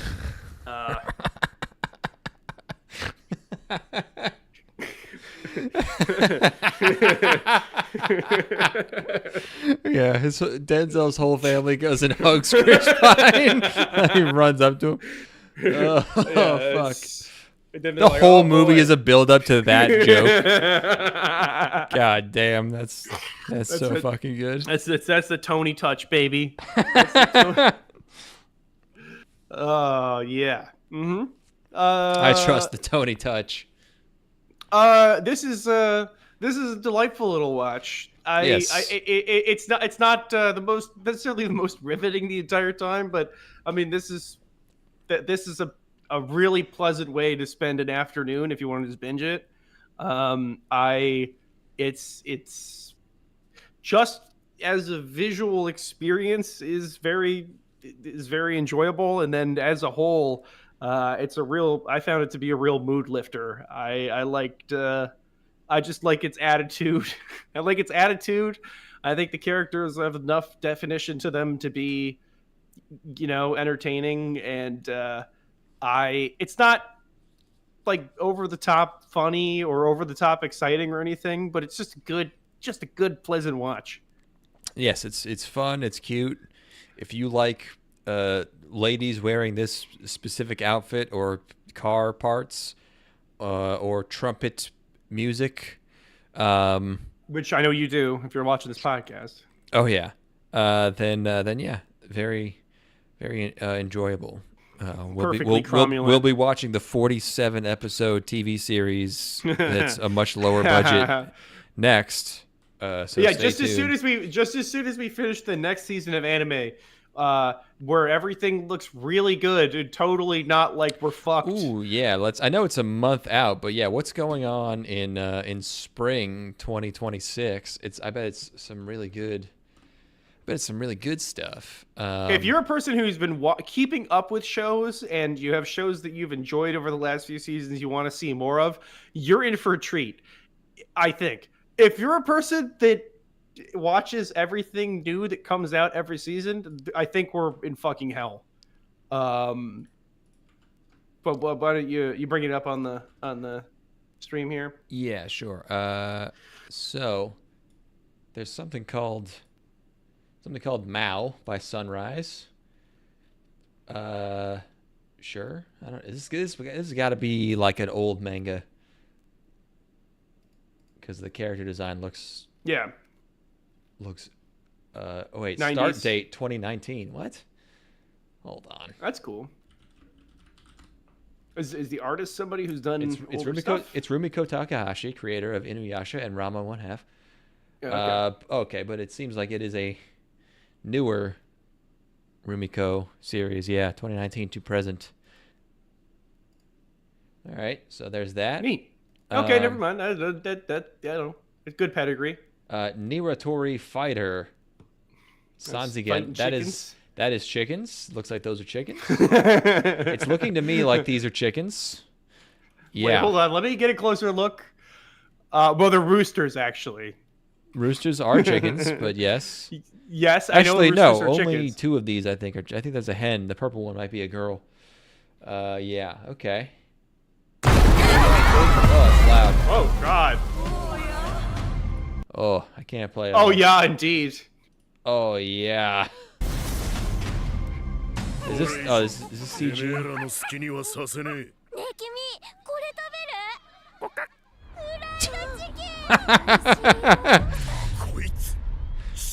Ethan, dude, you're a fucking idiot. This season rules. This is great. I don't know what you're talking about. All right, well, let's keep going. Let's keep going. Shun Kashuto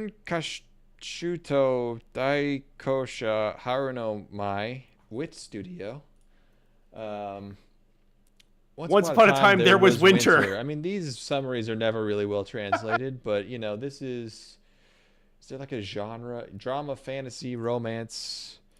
My favorite genres of all. Yeah, nice wide aspect ratio. Okay, well that could be anything. We'll reserve. Yeah, who can say? Who can say? Aishiteru game Owarasetai. The first step to winning the love game is saying I love you. I don't know if that's the first step, but okay. That's a romance. Maybe that's what's been going wrong for me this whole time. That I'm not just starting with I love you. Oh, you've been saying the moon is beautiful. The moon is beautiful tonight. Then you go fuck. Hi Baraku no Tsuyokute Seishun new game. We all have embarrassing memories of deep regrets from high school, right? No. What are you talking about? I remember high school. Yeah, I didn't even do that. I just remember it was fucking awesome. I was super cool. Everybody loved me. Yeah, I was yeah.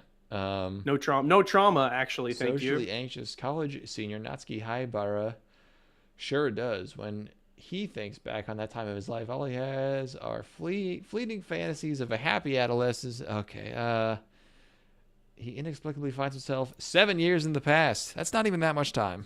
But okay, just redo high school show. I feel like if you're redoing high school as a college senior, you probably don't even have that much of an advantage. Yeah, if knowing what I know now, if only I could go back. Which is like if you've had sex with 2 women, maybe. You know, he's gonna make modest gains in Bitcoin. I don't know. I wouldn't even fuck with that. This is the same thing as like if you gain the ability to fly, I'm not going to use it because I don't want to fall. Like if I go back in time, I'm not even fucking with the timeline. I don't know. I'm not going to fucking I'm going to try to diminish the butterfly effect as much as possible. I'm in too deep. I'm too invested in this reality. Or maybe is it just a fool's game to even try to avoid the butterfly effect? You just go for a complete reroll. You just do whatever, yeah. Yeah, am I not obligated to the people in my life who have gone on to have? Yeah, it's not possible. It's not possible to relive your life in the exact same way, you know. Yeah, and yeah, it's some stuff will be better, some will be worse, but it's no like. Man, I'm gonna be fucked because a lot of my memory is gonna be like movies that never end up coming out because I fucked the world up too much. It's gonna be like I have memories of movies that won't be out until 2021, and by the time 2019 rolls around, like it's just the world's completely different. Oh yeah, you're gonna make a bunch of movies derivative by using influence from them before they exist. Yeah. Australia is. I was thinking more like Australia has been glassed because of my actions somehow. Yeah. Anyway, I don't know how that would even. What are you even gonna do? That's the thing with the butterfly effect. I don't think it's that dramatic. That's the butterfly effect, actually. I don't know. Did you see the movie? No, actually. Did you not see the movie? No. Yeah, I've seen Steins Gate. Why don't you watch the movie and then get back to me? Why don't you do the work, okay? Why don't you do the work of understanding the butterfly effect? Then we can have a conversation I've seen Primer. I've seen Steins Gate. I've seen 12 Monkeys. But are any of those things called the butterfly effect? They mention the butterfly effect in like all of them. That's because they're afraid of what they are. Whereas the butterfly effect is completely unabashedly about the truth. the butterfly effect never mentions the butterfly effect. It's a completely unrelated phenomenon. This is another... No fucking way. Hold on. What's that? In the butterfly effect, Ashton Kutcher plays 20-year-old college student Evan Treeborn, which to me just sounds like Evan Reborn. Where he's going back in time. That is probably an intentional name, yeah. That's great. Okay, anyway. Evan Treeborn. This guy's a young designer working for an advertising agency, lost and confused after being dropped from a project he worked hard to secure. He travels to the Yokohama Museum of Art. This is the place where many years ago he first encountered the talented quote-unquote Erin. The start of an inspirational adult ensemble drama about creatives. Oh, I love creatives. My favorites. Okay, so there's that. This is Scary Face. Hyaka Yako Show. Ritsu inherited his sixth sense from his grandfather, along with a demon guardian named Blue Storm. Yo! Strange things just seem to happen around these two, and it's left to them to get to the bottom of all these mysterious events. Each story is independent but features recurring characters you'll come to know and appreciate as they, each in their own way, try and deal with things I like how it's appreciate. Not of this world. It's not even like it's you appreciate them. You'll even like you love you'll acknowledge them. Yeah. Leave a lasting impression. Ichijoma Mankitsugurashi, a high school girl, a manga cafe. That's what it says. What?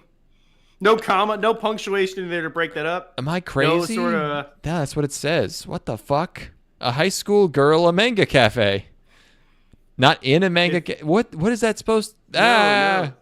No, it exists inside of her bowels. Mako, a countryside girl, enrolls in a rich girl's school. She's told that if she does volunteer work, her tuition will be free. But in reality, she'll be living and working in a quote-unquote manga cafe. Okay. Why is it quote-unquote? Why is it just a manga cafe? Because she doesn't know what that is, maybe? Because she's a bumpkin? I don't know. Second season, Rent-A-Girlfriend season 5. Fuck. It'd probably be cheaper to just buy the girlfriend at this point, am I right?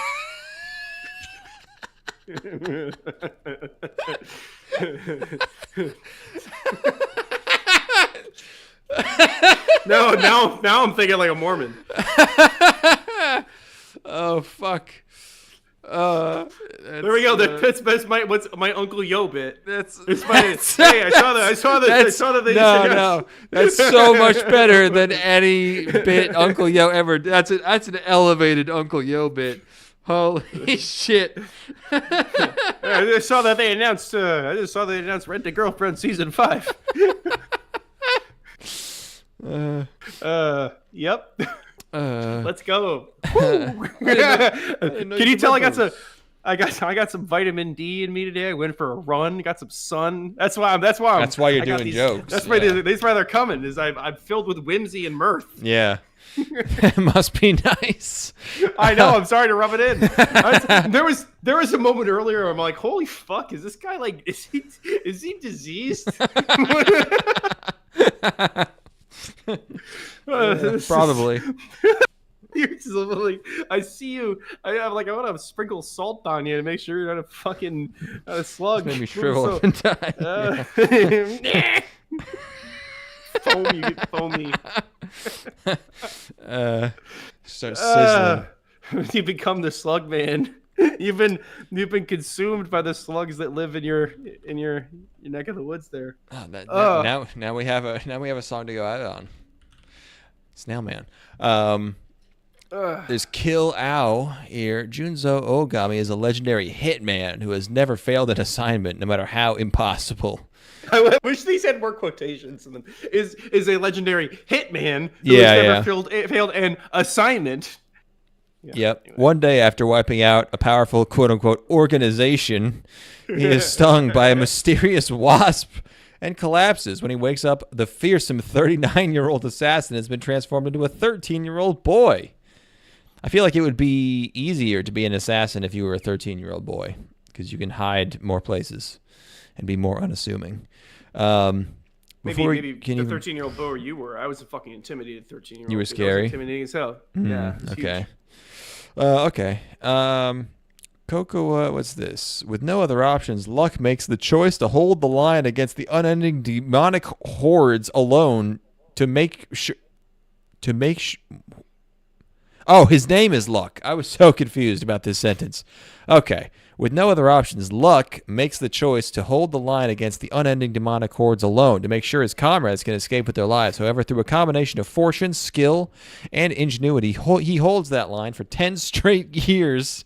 That's pretty sick, actually. That's crazy. That's eventually coming out on top single-handedly. Now he has to tackle the dilemma of how to occupy himself in a world where he holds a myriad of roles, that of a legend, that of a veteran, and that of a brand new that of a brand new face. This is stupid Furin. That's great. Where it's it's also like it's an extremely. It's like think about that's like an epic, like dark fantasy. But then look at this art. Yeah. It's like it's a guy fighting demons for 10 years on his own, and then it's like this shit. That's hilarious. That is actually one of the sick. That's a sick ass premise. The guy fights demons alone for 10 years is like, that's like some fucking Lord of the Rings lore. That's like out of the Silmarillion or something. Yeah. Just like a deep lore, but it looks like Final Fantasy X2. Right. This weird thing.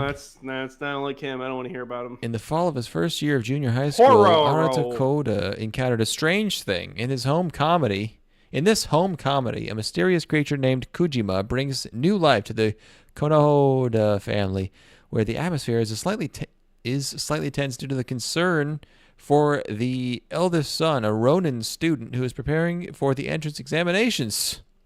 Wow. Okay, so he's hanging out with a weird guy. Okay, Speaka Virgo is an apprentice witch. All right, witch show. Liar Game. I can't believe there hasn't been a show called Liar Game yet. Madhouse. All right. Has there not Strange been? Character design. Apparently not. I don't know. Maybe there's Liar's Game. That's what I was thinking. Wasn't there Liar's Game? No. Oh, there was a Liar Game show. There's a live action adaptation. It looks like, and then there's a manga that ran from 2005 to 2015. Yeah. TV series, couple of movies. Looks like this is the first anime adaptation. Yeah. Good title. Maho no Shi. This is pink. Okay. Space Girls. Maid-sama wa taberu dake. Sorry, I might have gone in with a little bit of a poopy pants mentality when I looked at this the first time. You're being There's cranky. no way this can't be worse than last season. There's no way. There's maids. That is impossible. I mean, that was.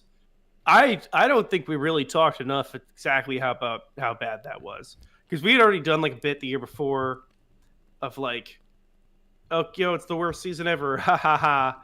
And it was. That was a really bad season. But the last one was like demoralizingly bad. That was like defeating. Like the worst season ever last year just challenged me and made me redouble my efforts, and like I'm gonna cherish this. But this one broke me. It's like being alive for World War I and World War II, I see, yeah. Yeah, and you also went back to watching like every show. Yeah. So that's that's too much. All right. Yeah, this doesn't look too bad. It's not even that bad. Get over it. I'm over it. You know what, dude? Get over it. I'm so over it. I'm under it. That time I was reincarnated as a slime 4th season. Come on. It's going to be a great spring. Diamond No Ace 2. A guy eating a corn dog with a bunch of animals. Yeah. Yeah. Snowball Earth. There's a Gyaru show. Snowball Earth. The future's bright. There's a girl with messy hair. There's a lot of shows. That's one thing is there's a lot of shows. Okay. That's the end of the TV. Okay. That's all right. Probably a decent amount. Marriage Toxin. Of course. Wait, where was that? It was up further. It was on the right side. It's all caps. Oh, yeah.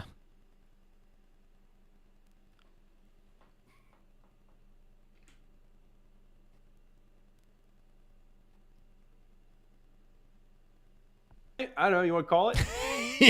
Yeah, probably. I feel like we've burned out on this. I'm good. Yeah, it was a good. It was a good show. We're gonna try to get one more in before the season. I mean, we'll definitely will. At least what it is. Yeah. Definitely. Definitely one. So, look forward to that. That shouldn't be too long because it's watchable stuff. Yeah, easy. Look forward to. We're gonna watch something fun from our past. We're gonna be a blast from the past. Yeah, everything is the past, technically. That's fucking deep as hell. Think about it. What about right now? Is now the past? What about right now? And now? What if right this second? Is this the past? Wait, why did it start in the middle? Also, yes. The answer to all your questions was yes. What about this one? Yes. Okay, tell me. I'm gonna keep talking and tell me when it is no longer in the past and is now the present. I'm talking. I'm gonna talk. This is okay. I do I have to talk faster? Nope. Doesn't work. Is it just I'm not talking fast Already enough? happened. Okay, so what if I record something and then I send it to you? Done. Nope. Okay, what if it? Nope. What happens if you're asleep? If you're asleep and I say something and then you wake up to it? How do I wake up to it if you already said it? The future? No, but it happened already. It was before. But you're not hearing it until the future because I said it, but then that's how the past works. Is you don't know about it until the future. No, but okay. What if I plan an email? No.